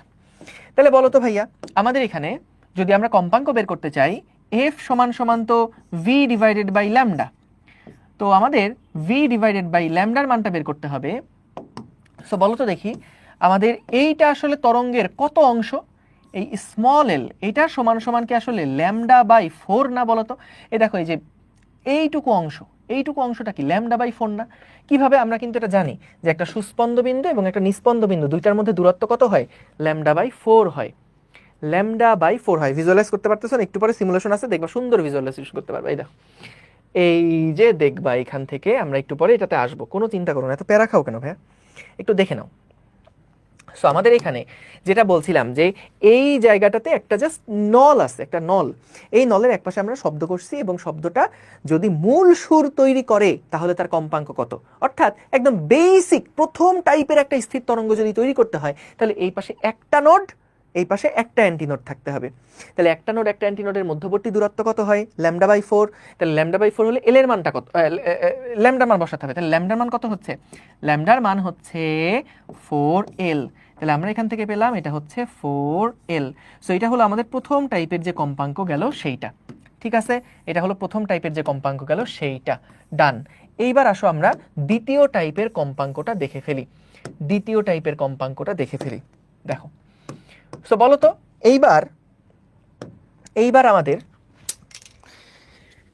একটা ছিল নোড, একটা ছিল অ্যান্টিনোড। এবার মাঝখানে মনে করলাম একটা নোড তৈরি হবে, মাঝখানে এখানে একটা নোড তৈরি হবে। তাহলে বলো তো মাঝখানে যদি একটা নোড তৈরি হয় তাহলে ছবিটা কেমন হবে একটু খেয়াল করো। সবসময় তো এই পাশে একটা নোড হবে, এই পাশে একটা অ্যান্টিনোড হবে, এবং জাস্ট গিটারের তারের মতন চিন্তা করে দেখো। মনে আছে আমরা প্রথম ফান্ডামেন্টালটা যখন পাইছিলাম, এই যে দেখো এভাবে দেখো, প্রথম যখন ফান্ডামেন্টালটা আমরা পাইছিলাম তখন কি করছিলাম? দেখো প্রথম যেই ইয়াটা ছিল, হারমোনিকটা ছিল, সেইটা কিন্তু এই যে দেখো দুই পাশে ধরে রাখছে, এটা একবার মাত্র কম্পন হচ্ছে, তাই না? মানে একটা লুপ তৈরি করছে এটা। যখন দুই দিয়ে দিলাম তখন বলো তো মাঝখানে এখন কয়টা নোড আসলো? মাঝখানে এখন একটা নোড আসলো। কিন্তু যখন 3 দিয়ে দিলাম তখন দেখো মাঝখানে এই যে এইখানে একটা নোড, এইখানে একটা নোড, অর্থাৎ মানে টোটাল আমাদের দেখো লুপ থাকে কয়টা? যদি 3 দেই মানে প্রত্যেকটাতে একটা একটা করে নোড। দেখো মাঝখানে এখন এখানে আছে একটা নোড, মাঝখানে এখন আছে এখানে একটা নোড। যখন 3 দিলাম তখন মাঝখানে কিন্তু দুইটা নোড, এখানে একটা নোড তৈরি হয়েছে, এখানে একটা নোড তৈরি হয়েছে। বুঝতে পারছো? দেখো যখন আমরা একদম ফান্ডামেন্টাল যেই নোটটা ছিল বা ফান্ডামেন্টাল যে টোনটা ছিল সেই টোনে কিন্তু দুই পাশে আমাদের একটা স্থির তরঙ্গ তৈরি হয়েছে এবং এখানে হলো মাঝখানে সর্বোচ্চ বিস্তারে ওঠানামা করতেছে, এটা ফান্ডামেন্টাল টোন। 2 যখন দিলাম তখন বলো তো এখানে আমাদের লুপ কয়টা তৈরি হয়েছে? 2টা তৈরি হয়েছে। 2 মানে লুপ 2টা তৈরি হয়েছে, কিন্তু মাঝখানে নোড এখন কয়টা হয়েছে? একটা হয়েছে। যখন আমি এখানে 3 দিব তখন বলো তো এখানে নোড কয়টা তৈরি হলো? এইখানে একটা নোড তৈরি হয়েছে, এখানে একটা নোড তৈরি হয়েছে, অর্থাৎ 3-এর জন্য নোড আসে হচ্ছে 2টা। 4-এর জন্য দেখো নোড আসছে 3টা, এই যে এখানে একটা নোড আসছে যেটা স্থির হয়ে আছে, এখানে একটা নোড আছে যেটা স্থির হয়ে আছে, এখানে একটা নোড আছে যেটা স্থির হয়ে আছে, অর্থাৎ এর পরের প্রত্যেকটার জন্য কিন্তু একটা একটা করে নোড আসলে বাড়বে। সো তাহলে আমরা এখান থেকে যদি দেখাই, দেখো আগে একটা অ্যান্টিনোড ছিল, একটা নোড ছিল, মাঝখানে জাস্ট একটা নোড নিয়ে আসলাম। এখন এটা অ্যান্টিনোড, এটা হচ্ছে নোড, এটা অ্যান্টিনোড, এটা হচ্ছে নোড। তাহলে খেয়াল করো ছবিটা আসলে কেমন হবে। সো ছবিটা এই অ্যান্টিনোড থেকে এইখানে একটা নোড তৈরি হয়ে এইভাবে যাবে, আর এইখানে তরঙ্গটা এইভাবে যাবে। ভাইয়া কি আঁকলেন এটা? এটা কি আঁকলেন? দেখো আমাদের সব সময়ের জন্য এই পাশে কিন্তু অ্যান্টিনোড তৈরি হবে বা সুস্পন্দ বিন্দু তৈরি হবে, এইখানে কিন্তু নোড তৈরি হবে। সো ফান্ডামেন্টালি আমরা দেখো প্রথমে যখন মূল সুর রাখছিলাম একটা নোড ছিল, একটা অ্যান্টিনোড ছিল। যখন এবার এখানে আসলাম তখন খেয়াল করো আমাদের নোডের পরিমাণ একটা এক্সট্রা হয়ে গেছে। সো নোডের পরিমাণ দেখো এখানে এখন একটা বেড়ে গেছে কিন্তু। সো নোড যদি এখানে বেড়ে যায় আমরা কি জানি? নোডগুলোতে মিলিত হবে, অ্যান্টিনোডগুলোতে প্রসারিত হবে, নোডগুলোতে মিলিত হবে, অ্যান্টিনোডগুলোতে প্রসারিত হবে। সো এই পাশে যেহেতু অ্যান্টিনোড তাহলে এই পাশে প্রসারিত তরঙ্গটা আঁকলাম, তারা নোডে এসে মিলবে এবং তারপরে তারা কিন্তু আবার অ্যান্টিনোড প্রসারিত হয়ে গেল, তারপর আবার নোড মিলিত হয়ে গেল। বুঝতে পারছো? ওকে, সো আমরা এখান থেকে বলতো এইবার এল এর মানটা কত বলতো? এই পুরাটুকু তো এল, এইখান থেকে এই পর্যন্ত যে দৈর্ঘ্যটা, এই পুরাটা হচ্ছে এল, পুরাটা হচ্ছে এল। ঠিক আছে? হ্যাঁ, মাঝের নোড একটু উপরে নিচে হতে পারে, এটা সমস্যা নেই, কারণ এই যে সুস্পন্দন স্পন্দন বিন্দুর মধ্যে দূরত্ব তো ভাই সেম থাকতে হবে, অবশ্যই চেঞ্জ হবে, এটা নিয়ে মানে আমার ছবি আঁকাটা প্রপোর্শনেট হয় নাই। ওকে, গুড। সো তাহলে দেখো এল সমান সমান এখানে কত হবে বলো তো? আমরা বলো তো দুইটা নোডের মধ্যবর্তী দূরত্ব কি ছিল? λ/2 ছিল, মনে আছে? দুইটা নোডের মধ্যবর্তী দূরত্ব ছিল λ/2, এবং একটা নোড আর একটা অ্যান্টি নোডের মধ্যে দূরত্ব হচ্ছে λ/4। তাহলে ভাইয়া বলো তো স্মল এল সমান সমান হচ্ছে λ/2 প্লাস λ/4। দেখো ক্লিয়ারলি বুঝতে পারছো আমার ছবি আঁকাটা প্রপোর্শনেট হয় নাই, এইটুকু দূরত্ব λ/2, এইটুকু λ/4 হয় নাকি? সো ছবিটা নিজেরা ঠিক করে নিও। তাহলে খেয়াল করো λ/2 প্লাস λ/4 এইটা মানে কত? এটা মানে হচ্ছে 3λ/4, এটা মানে 2λ/4, 2 আর 1 যোগ করে 3λ/4। Very good. তাহলে আসো আমরা দেখি F2 সমান সমান কত হচ্ছে। F2 মানে হচ্ছে v ডিভাইডেড বাই λ2। তাহলে v ডিভাইডেড বাই, আমরা যদি লিখি দেখো এখান থেকে আসে এই যে আমাদের ল্যামডা সমান সমান কি লেখা যাবে? 4 ইন্টু এল ডিভাইডেড বাই 3।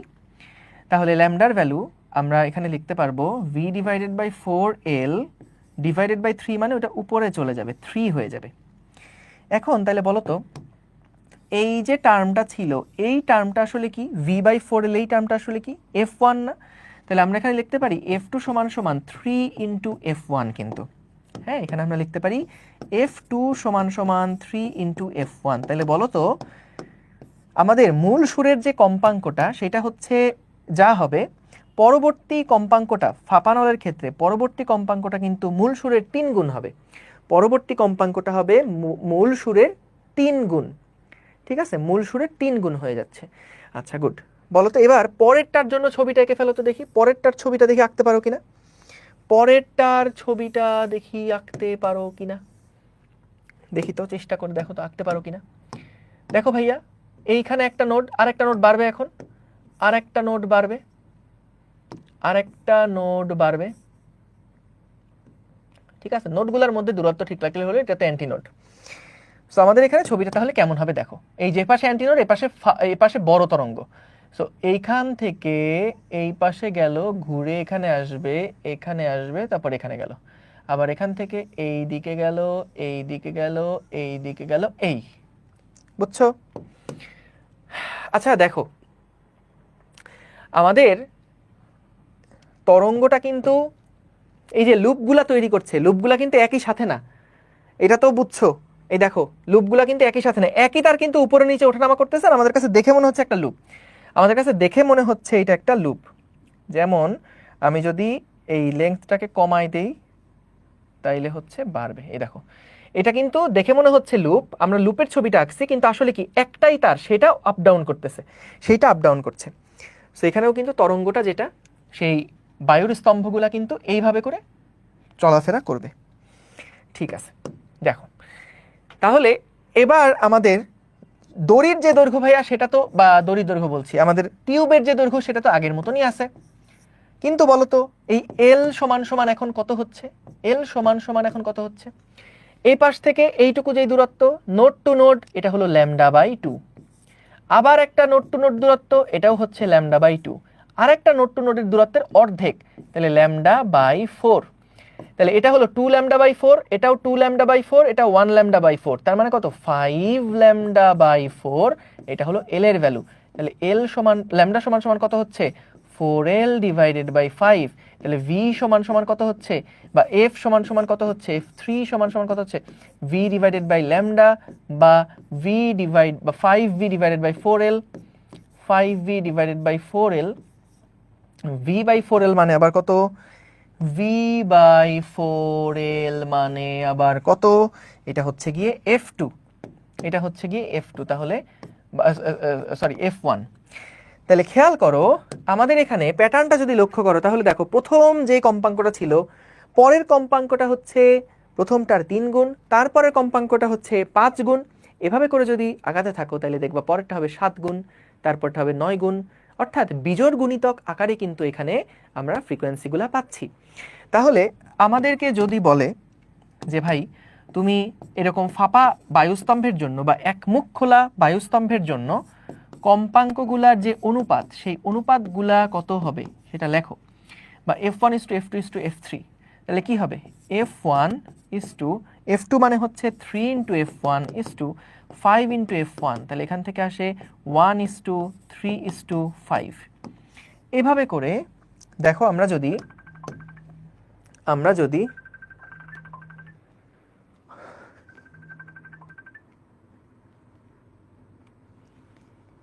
একটা মিনিট একটু,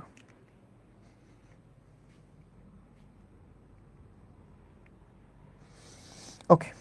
তো দেখো 1:3:5, আমরা এখান থেকে যদি বিজোড় গুণিতকটা খেয়াল করো, এটা হলো F1, এটা হলো F1 এর 3 গুণ, দ্বিতীয় যেই তরঙ্গটা হচ্ছে সেটা F1 এর 3 গুণ, তৃতীয় যেই তরঙ্গটা হচ্ছে সেটা হলো F1 এর 5 গুণ। তার মানে জিনিসটা কি হলো, আমরা Fn যেটা সেটা এভাবে লিখতে পারি না, twice n minus 1 into F1, এভাবে যেতে পারি না? দেখো তো, দেখো প্রথম যেটা n এর মান যদি 1 হয় তাহলে 2 1 কে 2 মাইনাস 1 মানে 1 F1 হচ্ছে। n এর মান যখন 2 তখন 2 দুগুণে 4 মাইনাস 1 3, তারপর 3 নাম্বার যে ফ্রিকোয়েন্সিটা পাবো সেটা হচ্ছে 3 দুগুণে 6 মাইনাস 1 5 F1, 4 নাম্বার যেই ফ্রিকোয়েন্সিটা পাবো সেটা হচ্ছে 4 দুগুণে 8 মাইনাস 1 7 F1। ঠিক আছে, অর্থাৎ এটা হলো কত নাম্বার হারমোনিক, এটা হচ্ছে আমাদের কত নাম্বার ফ্রিকোয়েন্সি, এটা হলো n তম বা nth হারমোনিক, nth হারমোনিক, বুঝেছো? তো তাহলে আমরা এখানে কিন্তু বিজোড় গুণিতক পাচ্ছি, মূল সুরের বিজোড় গুণিতক পাচ্ছি, মূল সুরের বিজোড় গুণিতক পাওয়া যাচ্ছে। অর্থাৎ দেখো এখানে যদি আমাদের মূল সুরের কম্পাঙ্ক হয় 100 হার্জ, এর পরেরটা হবে 300 হার্জ। সো আমাদের এই 100 আর 300-র মাঝখানে আর কোনো কম্পাঙ্ক কিন্তু পাওয়া সম্ভব না, যেটা গিটারের ক্ষেত্রে কিন্তু এরকম ঝামেলা ছিল না। গিটারের ক্ষেত্রে আমরা কিন্তু এই ভ্যালুটা অনেকভাবেই পরিবর্তন করতে পারতাম, তাই না? দেখো গিটারের ক্ষেত্রে 6টা তার আছে, গিটারের ক্ষেত্রে আমাদের হচ্ছে টান বলটা পরিবর্তন করা যেত, তারপরে আমাদের একক দৈর্ঘ্যে ভরটা বিভিন্ন তারের জন্য বিভিন্ন রকম ছিল, এবং তারের যে দৈর্ঘ্যটা সেটাও কিন্তু আমরা ওই যে হাত যেখানে থামাবো, গিটার তো এক পাশে একটা হাত দিয়ে কাঁপাই আর একটা হাত দিয়ে তো হাতটা থামায় দৈর্ঘ্যটাকে সেট করি। সো এল পরিবর্তন করার মাধ্যমে আমরা কিন্তু কম্পাঙ্কটাকেও পরিবর্তন করতে পারতাম। কিন্তু যখন আমরা বাঁশির ক্ষেত্রে দেখো, যখন এরকম এক মুখ খোলা কোনো একটা বাঁশির ক্ষেত্রে, যেরকম ধরো কোনো একটা নলের মধ্যে তুমি দেখবা খুব অল্প করে যদি শব্দ করো তখন দেখবা যে একটা সাউন্ড আসতেছে, এটা দেখাইতে পারলে ভালো হতো, নাহলে ইউটিউব ভিডিও কোনো একদিন দেখাই দিব না, কিন্তু একটা সাউন্ড করলে দেখবা একটা নির্দিষ্ট কম্পাঙ্কের একটা শব্দ পাচ্ছ। যদি আরো জোরে শব্দ করো তখন কিন্তু কম্পাঙ্ক আরো বাড়ে। সো জোরে যত শব্দ করবা তত কিন্তু এখানে ওই ফান্ডামেন্টাল সুর থেকে দেখা যাবে সুরের ভ্যালুটাও আস্তে আস্তে কম্পাঙ্ক অনুযায়ী বাড়ছে। আচ্ছা, একজন বলছো ভাই প্লাস হবে কিনা? ভাই দেখো তো, প্লাস হলে কি এটা মিলে?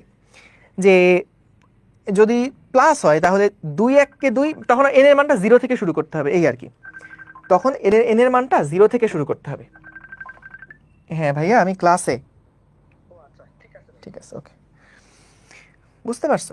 সো তখন কিন্তু এন এর ভ্যালুটা 0 থেকে শুরু করতে হবে। n সমান 0 মানে তখন বোঝাবে প্রথম হারমোনিক, n সমান 1 মানে তখন বোঝাবে দ্বিতীয় হারমোনিক, এইভাবে করে তখন এটা পরিবর্তন হবে। হ্যাঁ, λ/4 কেন হয়েছে? যাক, থ্যাংক ইউ, বুঝাই দিছো হাসান খান, ভেরি গুড। ঠিক আছে ভাই, এইবার আসো আমরা দেখি, এইটা তো গেল আমাদের একমুখ বন্ধ একমুখ খোলা, সেটার জন্য আমাদের বায়ুস্তম্ভের কম্পন এর কম্পাঙ্ক কেমন হবে সেইটা আমরা দেখলাম। এইবার যদি আমাদের দুইটা মুখ খোলা নল থাকে, দুই মুখ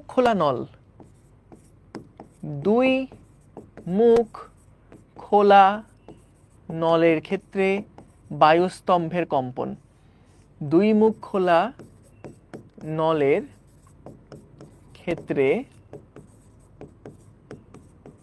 বায়ুস্তম্ভের কম্পন। হ্যাঁ, দুই মুখ খোলা নলের ক্ষেত্রে বায়ুস্তম্ভের কম্পন। এইটা ভাইয়া কেমন হবে দেখো, এটা আরো সহজ, তোমরা নিজেরাই করতে পারবা, কনসেপ্ট ঠিক থাকলে এখনই করে ফেলতে পারবা। দেখো তো, বলো তো এবার যদি দুই মুখ খোলা নল থাকে, যেটা নর্মালি বাঁশির ক্ষেত্রে হয়, দেখবা যে বাঁশির ক্ষেত্রে আমাদের মাঝখানে এরকম একটা ফোঁটা থাকে এবং সেখান থেকে যখন শব্দ করা হয় তখন কিন্তু বিভিন্ন সময় সাউন্ড বেরোয়। তো আমাদের এখানে যেটা বলবো, বলো তো যখন দুই মুখটাই খোলা, দুইটা মুখই খোলা, তখন দুই পাশে কি সুস্পন্দ বিন্দু তৈরি হবে না? এই পাশেও তৈরি হবে অ্যান্টিনোড, এই নিচের পাশেও কিন্তু তৈরি হবে অ্যান্টিনোড, দুই পাশেই আমাদের অ্যান্টিনোড তৈরি হবে। সো যদি অ্যান্টিনোড তৈরি হয় তাহলে বলো তো দুই পাশে অ্যান্টিনোড থাকলে সবচাইতে ছোট্ট স্থির তরঙ্গ যদি তৈরি করতে চাও সেটার গঠনটা কেমন হবে বলো তো? দুই পাশে যদি অ্যান্টিনোড তৈরি হয় তাহলে সেটা হবে হচ্ছে ভাইয়া, মাঝখানে একটা নোড থাকবে, মাঝখানে নোড থাকলে এইভাবে করে এসে এইখানে আবার সর্বোচ্চ তরঙ্গ, এইখানে এসে আবার এইটা একটা সর্বোচ্চ তরঙ্গ। তো বলো তো এই দৈর্ঘ্য তো ছিল এল, এই দৈর্ঘ্য তো ছিল এল, এই দৈর্ঘ্য তো ছিল এল। সো আমাদের এইখান থেকে এইটুকুর দূরত্ব কত? ল্যামডা বাই 2 না? তাহলে এল সমান সমান হচ্ছে এখানে আমাদের ল্যামডা বাই 2। কিভাবে ভাইয়া এটা ল্যামডা বাই 2 হলো বলো তো? নোড টু নোড দূরত্ব কত হয়? নোড টু নোড দূরত্ব হয় সবসময় ল্যামডা বাই 2। তাহলে পিক টু পিক দূরত্ব বা সুস্পন্দ বিন্দু দুইটার মধ্যবর্তী দূরত্ব, পরপর দুইটা সুস্পন্দ বিন্দু দুইটার মধ্যবর্তী দূরত্ব কত হবে? ল্যামডা বাই 2 হবে। বা এভাবে চিন্তা করো যে একটা নোড আর অ্যান্টিনোডের মধ্যে দূরত্ব ল্যামডা বাই 4, এটুকু আবার ল্যামডা বাই 4, দুইটা ল্যামডা বাই 4 মিলে ল্যামডা বাই 2। Very good. তাইলে দেখো আমরা ল্যামডা সমান সমান পেয়ে গেলাম 2l, এফ সমান সমান হচ্ছে ভি বাই ল্যামডা, তাহলে আসে ভি বাই 2l। এটা গেল একদম বেসিক যে কম্পাঙ্ক সেইটা। ডান ডানা ডান ডান। এইবার আসো তো দেখি, যদি আমাদেরকে এবার, এটা গেল মূল সুর, এটা কিন্তু মূল সুরের কম্পাঙ্ক, এটা হচ্ছে মূল সুরের কম্পাঙ্ক। তার আগে তোমাদেরকে আমি একটা আইডিয়া দিয়ে রাখি। বলো তো ভাইয়া, যখন আমরা দুই পাশে বদ্ধ প্রান্ত ছিল, দুই পাশে তখন নোড নোড তৈরি হয়েছিল, তাহলে এইটার সাথে এটার পার্থক্যটা কি? পার্থক্যটা হলো জাস্ট যখন একটা টানাতান নিছিলাম তখন দুই পাশে ছিল নোড নোড, আর যখন দুই পাশে দুই মুখ খোলা নলের ক্ষেত্রে চিন্তা করতেছি তখন দুই পাশে হচ্ছে আমাদের অ্যান্টিনোড অ্যান্টিনোড। বুঝছো? আগে ছিল দুই পাশে নোড নোড, এখন দুই পাশে অ্যান্টিনোড অ্যান্টিনোড। সো তাইলে ভাইয়া বলো তো আমরা এখান থেকে এই যে অ্যান্টিনোড অ্যান্টিনোড যদি নেই, বেসিক পার্থক্য কিন্তু আর আসলে থাকে না। সো এইটার যে ফ্রিকোয়েন্সিগুলো, সেই ফ্রিকোয়েন্সিগুলো না একদম টানাতারের জন্য যেরকম ফ্রিকোয়েন্সি আমরা পাইছিলাম যে 1f 2f 3f 4f, ঠিক এখানেও একই রকম ফ্রিকোয়েন্সি আমরা পাবো। চলো দেখি। সো এটা গেল একদম ফান্ডামেন্টাল বা মূল সুরের কম্পাঙ্কটা, ঠিক আছে? এইবার ভাইয়া চলেন তো দেখি, যদি আমরা এবার মাঝখানে তো আগে একটা নোট ছিল, এইবার আমরা কয়টা নোট দিব মাঝখানে? এবার আমরা কয়টা নোট দিব? এইবার আমরা নোট দিব মনে করো দুইটা। আরে আরে আরে ওকে, এটাকে একটু অন্য কালার দিই, ডিজিয়া ইয়া ডিজিয়া। ওকে। সো দেখো এবার মনে করো আমি দুই পাশে দুইটা নোট দিলাম, এইখানে একটা নোট দিলাম, এইখানে একটা নোট দিলাম। আচ্ছা তোমরা খিদা লাগলে কি করো? ধরো তোমাদের খিদা লাগছে, খিদা লাগলে কি করো? ওকে, তাহলে এটাকে দেখো, খেয়াল করবা, যেই পাশে আমাদের খোলা প্রান্ত সেই পাশে আমরা কিন্তু সুস্পন্দ অংশটা তৈরি করতেছি, আর নোডে এসে নিয়ে মিলে যাচ্ছে আর কি। সো নোডে এসে নিয়ে মিলাই দিতে হবে, এটা এইভাবে করে মিলিয়ে দিতে হবে, বুঝেছো? তাহলে বলেন তো ভাইয়া, এইখান থেকে এইটুকু দূরত্ব ল্যামডা বাই 4। দেখো টোটাল যে এল দৈর্ঘ্যটা, টোটাল আমাদের যে এল দৈর্ঘ্যটা হয়েছে, সে এল দৈর্ঘ্যটা আসলে কতটুকু? দেখো এইটুকু হলো একটা lambda by 4, node to node দূরত্ব ল্যামডা বাই 2, তারপর আবার একটা ল্যামডা বাই 4, তাহলে কত হচ্ছে? টোটাল ল্যামডা হচ্ছে না? টোটাল ল্যামডা হচ্ছে না? দেখো তো, ল্যামডা বাই 2 আর lambda by 4 plus lambda by 4 মানে ল্যামডা বাই 2, তাহলে 2 ল্যামডা বাই 2। একটা কাজ করি, দাঁড়াও, আমাদের একটা কাজ আছে, এটার জন্য আমরা 2 ল্যামডা বাই 2 লিখলাম, পাকনামি করে একটু 2 ল্যামডা বাই 2 লিখলাম। তাহলে বলো তো এফ সমান সমান হবে V by lambda, V by lambda. আমাদের তাহলে ল্যামডার ভ্যালু কত? ল্যামডার ভ্যালু হচ্ছে 12 বাই 2, 12 বাই 2, ইচ্ছা করে এটা রাখলাম। তাহলে দেখো ভি ডিভাইডেড বাই 12 ইন্টু থাকছে 2। কেন এই 2টা রাখছিলাম? যে ভি বাই 12 মানে হচ্ছে আমাদের ইনিশিয়াল যে কম্পাঙ্ক ছিল সেটা। সো এটা হলো সেকেন্ড হারমোনিক আমাদের 2 ইন্টু F1, বুঝেছ?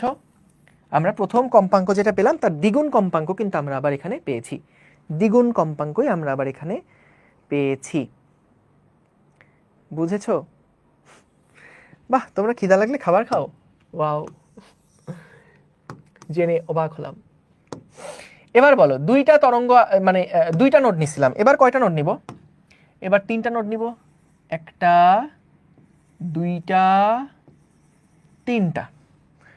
সো দেখো 3টা যদি হয় ঢিচিয়া ঢিচিয়া ঢিচিয়া ঢিচিয়া ঢিচিয়া ঢিচিয়া ঢিচিয়া, এই দেখো ছবিটা প্রপোর্শনেট হয়নি, মাইন্না লও, জীবনে কত কিছুই তো মাইন্না নিছো, এটাও মাইন্না নাও। বলো তাহলে এখান থেকে এইটুকু দূরত্ব কত? এটুকু হচ্ছে λ/4 প্লাস নোড টু নোড দূরত্ব λ/2 প্লাস আবার নোড টু নোড দূরত্ব λ/2 প্লাস আবার এটা λ/4।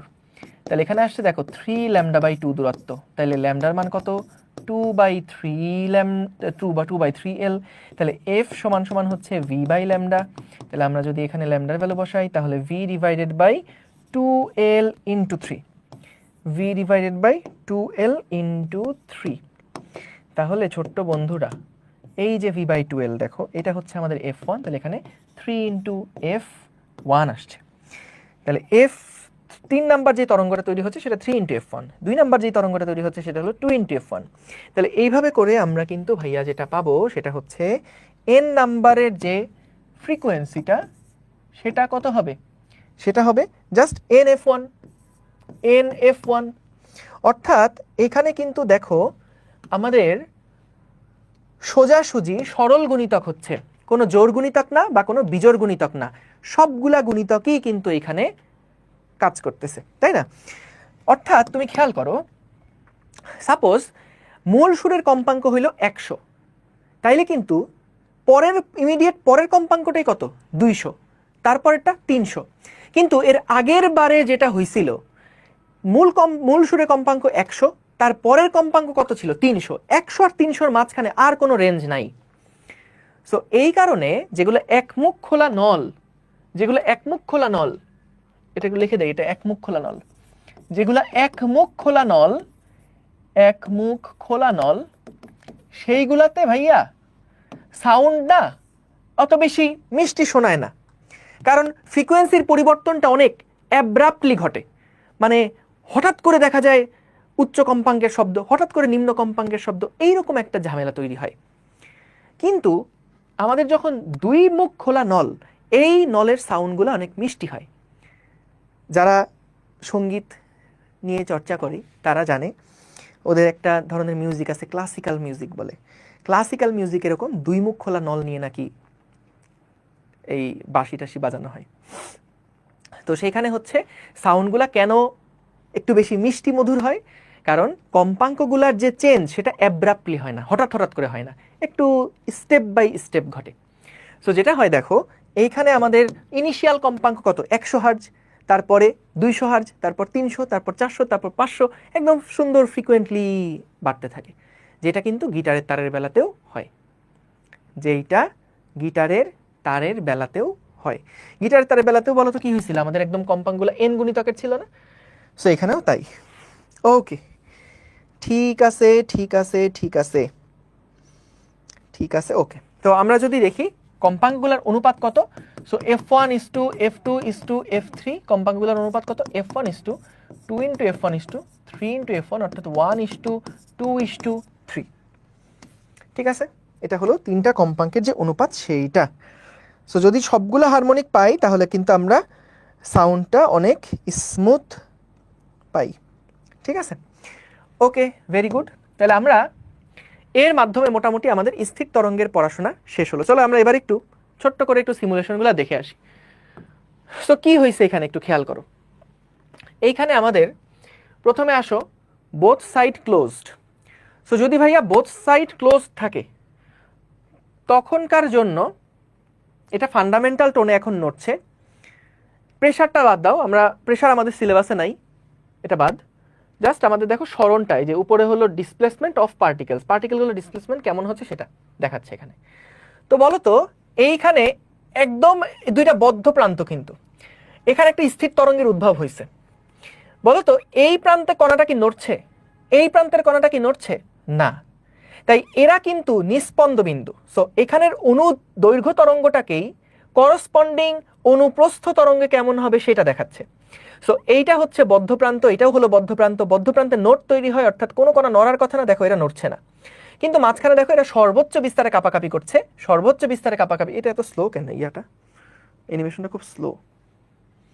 যাই হোক, সো এটা সর্বোচ্চ বিস্তারে কাপাকাপি করছে, এই জন্য দেখো এই কণাগুলো কিন্তু বামে যাচ্ছে, ডানে যাচ্ছে। এখানে সংকোচন প্রসারণ হচ্ছে, কিন্তু এখানে কোনো সংকোচন প্রসারণ হচ্ছে না। সো আমরা যদি এবার ভাইব্রেশনাল মোডটাকে, মানে এটা তো বিভিন্ন মোডে কাঁপতে পারে, যদি মোডটাকে এক ধাপ বাড়ায় দেই, মোডটাকে যদি এক ধাপ বাড়ায় দেই, ধরো হায়ার দিয়ে দিলাম। সো এবার হায়ার দিলে দেখো পরের যে মোডটা হচ্ছে সেখানে আগে একটা মোড তৈরি করতে, এখন সেকেন্ড মোড যেখানে আমাদের এন এর মান 2। সেক্ষেত্রে দেখো আমরা এটা ঠিক গিটারের তারের ক্ষেত্রে দেখছিলাম, মাঝখানে একটা নোট তৈরি হয়, দুই পাশে দুইটা নোট তৈরি হয়, এবং এখানে সেকেন্ড হারমোনিক কিন্তু তৈরি হচ্ছে, সেকেন্ড হারমোনিক তৈরি হচ্ছে। দেখো প্রথম হারমোনিকের যে ফ্রিকোয়েন্সি ছিল সেটা কত ছিল? 172। পরের যখন হায়ার, মানে এক ধাপ পরের যে ফ্রিকোয়েন্সি, এটা কি এটা ডাবল হওয়ার কথা না? এটা ডাবল হওয়ার কথা, বলো তো 172 দুগুণে কত? 344। সো এটা সেই 344 হলো। তারপর দেখি আরেক ধাপ যদি বাড়াই, তাহলে এটার 172-এর 3 গুণ হওয়ার কথা, 3 গুণ হওয়ার কথা। 172-এর 3 গুণ তাহলে কত হয়? 515, কাছাকাছি। 172, 172 ইন্টু 3, 516, 515 দশমিক সামথিং, ওইটাই হলো 516 আসবে আলটিমেটলি। এই যে 0.667, তো ওইটা হিসাব করতে গিয়ে 516 না দিয়ে 515 করছে। তারপরেরটা আরেক ধাপ যদি বাড়াই, তাহলে দেখো 687, এটাও 688 টাইপের কিছু একটা হয়তো বা হবে। সো এটা হলো আমাদের বোথ সাইডের জন্য যেটা, এটা থার্ড ওভারটোন, কিন্তু 1 2 3 4 ফোর্থ হারমোনিক, থার্ড ওভারটোন কিন্তু ফিফথ হারমোনিক। ওভারটোন মানে তো বুঝছো, মূল টোন তার থেকে এক কয় গুণ, মানে কতটুকু ওভার হয়েছে সেটা হলো ওভারটোন। এটা আমরা লাস্ট ক্লাসে দেখছি। কিন্তু এইবার আসো, যে আজকে যেটা দিয়ে শুরু করলাম, ওয়ান সাইড ওপেন যদি থাকে। দেখো ভাইয়া, ওয়ান সাইড যদি ওপেন থাকে, তাহলে একদম মূল যেই তরঙ্গটা তৈরি হয়, দেখো এই পাশটা স্থির, আর এই পাশে যেহেতু মুক্ত প্রান্ত, এই পাশে কণাগুলো সর্বোচ্চ বিস্তারে ওঠানামা করতে পারে। তো এই পাশে সুস্পন্দ বিন্দু তৈরি হয়, এই পাশে নিস্পন্দ বিন্দু তৈরি হয়, এবং দেখো এটা কিভাবে করে কাঁপছে। সো আমরা কিন্তু এই ছবিটা দেখছি, কিন্তু মূলত যখন বায়ুস্তম্ভের কম্পন হয়, সেখানে সংকোচন প্রসারণ হয়, মূল কম্পনটা কিন্তু আসলে এইভাবে করে ঘটতে থাকে। ঠিক আছে, তারপরের এক ধাপ যদি বাড়াই, তাহলে কি হচ্ছে দেখো, এক ধাপ বাড়ালে এই যে মাঝখানে জাস্ট একটা নোড আসছে, এই পাশে একটা নোড, তাইলে এই মধ্যবর্তী দূরত্ব, দেখো যেই ছবিটা আঁকছি সেই ছবিটারই এটা বোঝাচ্ছে। সো দেখো তার কিন্তু একটা তারই কাপাকাপি করতেছে, কিন্তু আমরা লুপ দিয়ে বোঝাচ্ছি যে এটার বিস্তৃতিটা কতটুকু পর্যন্ত। ঠিক আছে, তার পরেরটা দেখো, পরের ইয়াটা কেমন হবে, পরেরটা কেমন হবে, এই দেখো। সো পরেরটা এইভাবে করে কাঁপছে।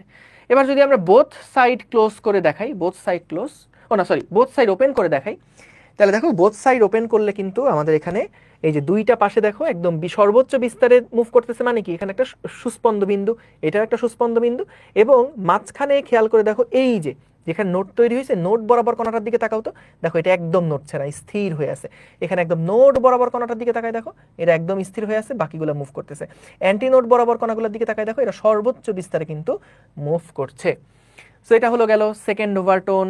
তারপরে আমরা যদি লোয়ার করি, সবচেয়ে লোয়ার যেটা মিনিমাম যেটা, সেটা হচ্ছে এটা হলো 172 ফ্রিকোয়েন্সি। তারপরে যদি আমি এটা হাই করি, তাহলে বোথ সাইড, তো তাহলে 172 দুগুণ 344 আসবে। কিন্তু দেখো ওয়ান সাইড ওপেন যখন থাকে, ওয়ান সাইড ওপেন যখন থাকে, তখন আমরা যদি লোয়ারে যাই, দেখো প্রথমটার ফ্রিকোয়েন্সি হচ্ছে 85.9, তারপরেরটা কত হবে? এটা 3 গুণ হওয়ার কথা না? 85.9 যেটা একটা ওপেন থাকে, সেটার মূলটার কিন্তু 3 গুণ হওয়ার কথা। সো 257.7 হওয়ার কথা। সো এর পরের যে ফ্রিকোয়েন্সিটা হবে সেটা দেখো 257 দশমিক সামথিং ছিল, এটা 258। সো প্রথমটা হলো 1, তারপরটা 3, তারপরটা 5। দেখো যেহেতু প্রথমে ছিল কত, 85.9 ছিল বা 86 ছিল, পরের যেই ফ্রিকোয়েন্সিটা হবে তারপরেরটা হচ্ছে 429, অর্থাৎ 5 গুণ। দেখো 429.5। ঠিক আছে, সো এইটা হচ্ছে আমাদের এই ছবিটা। এবার আসো যদি এইটাও একটু দেখাই রাখি, দেখো এখানে আমাদের যা পড়লাম এই গত ক্লাসের আজকের ক্লাসে, এটা সামারি। যদি দুইটা নলে বদ্ধ থাকে তার, তাহলে কিভাবে করে অসিলেট করছে দেখো। যদি আমাদের দুই মুখ খোলা থাকে, তাহলে কিভাবে অসিলেট করতেছে দেখো, এটা একদম মূল যে তরঙ্গটা সেটা দেখাচ্ছে। এবং যদি আমাদের এক পাশ বদ্ধ থাকে আর এক পাশ খোলা থাকে, তাহলে আমাদের এইখানে যেই তরঙ্গ দৈর্ঘ্যটা সেটা কেমন হচ্ছে এবং ফ্রিকোয়েন্সি কেমন হচ্ছে সেটা দেখতে পাচ্ছ। তো একটা জিনিস খেয়াল করলে দেখবা দুই মুখ যখন বন্ধ আছে তখনকার যে ফ্রিকোয়েন্সি, কাপার যে ফ্রিকোয়েন্সিটা দেখো, তার যে সরি তারের যে ফ্রিকোয়েন্সিটা দেখো সেটা কিন্তু এই যে দুই মুখ খোলা নলের জন্য ফ্রিকোয়েন্সি দেখো একদম সেম, কিন্তু এইটার ফ্রিকোয়েন্সি কিন্তু তার তুলনায় কম, এটার ফ্রিকোয়েন্সি কিন্তু তার তুলনায় কম। এটাই কিন্তু হওয়ার কথা, কারণ আমাদের দেখো এই যে এটার কম্পাঙ্ক কত ছিল, এফ সমান সমান আমরা পাইছিলাম না V divided by 2l, V divided by 2l, কিন্তু বলো তো এটার কম্পাঙ্ক কত পাইছিলাম, এফ সমান সমান ছিল ভি ডিভাইডেড বাই 4l। তো যখন এটা বেড়ে গেছে এফ কিন্তু কমে গেছে। ঠিক আছে, বুঝতে পেরেছো? এই হচ্ছে মজার পড়া। সো এই চ্যাপ্টারটা কিন্তু আসলে অনেক ইন্টারেস্টিং একটা পড়া, কিন্তু এখান থেকে এই বায়ুস্তম্ভের কম্পন থেকে খুব বেশি যে প্রশ্ন আসে এরকমটা না, কিন্তু আমাদের প্রশ্ন বেশি আসে ওই যে টানা তারের যে সূত্রটা দেখলাম ওইখান থেকে প্রশ্ন আসে। এখন আমাদের এই অধ্যায় বাকি আছে কি একটু শোনো। বাকি আছে হচ্ছে আমাদের তরঙ্গের তীব্রতা রিলেটেড একটা টপিক বাকি আছে, ওখানে আমরা ডেসিবেল নিয়ে আলোচনা করব। আর একটা টপিক বাকি আছে সেটা হচ্ছে বিট। এই দুইটা টপিক যদি হয়ে যায় তাহলে আমাদের এই অধ্যায়টা শেষ। এখন এই দুইটা টপিকের থিওরি ক্লাস, বিটের থিওরি ক্লাস দুইটা ক্লাস লাগবে, আর আমাদের তীব্রতার যে থিওরি ক্লাস ওটা একটা ক্লাসে হয়ে যাবে। এরপরে যে দুইটা একটা ক্লাস নিব সেগুলো হচ্ছে অ্যাডভান্স প্রবলেমের ক্লাস নিব আর কি। সো আমাদের মোটামুটি চ্যাপ্টার প্রায় শেষের দিকেই আমরা গুছাই আসছি। ঠিক আছে ভাইয়া, অসংখ্য ধন্যবাদ তোমাদের। আসসালামু আলাইকুম, আল্লাহ হাফেজ। তোমাদের সাথে দেখা হবে ইনশাল্লাহ আবার শুক্রবার। টাটা, আল্লাহ হাফেজ।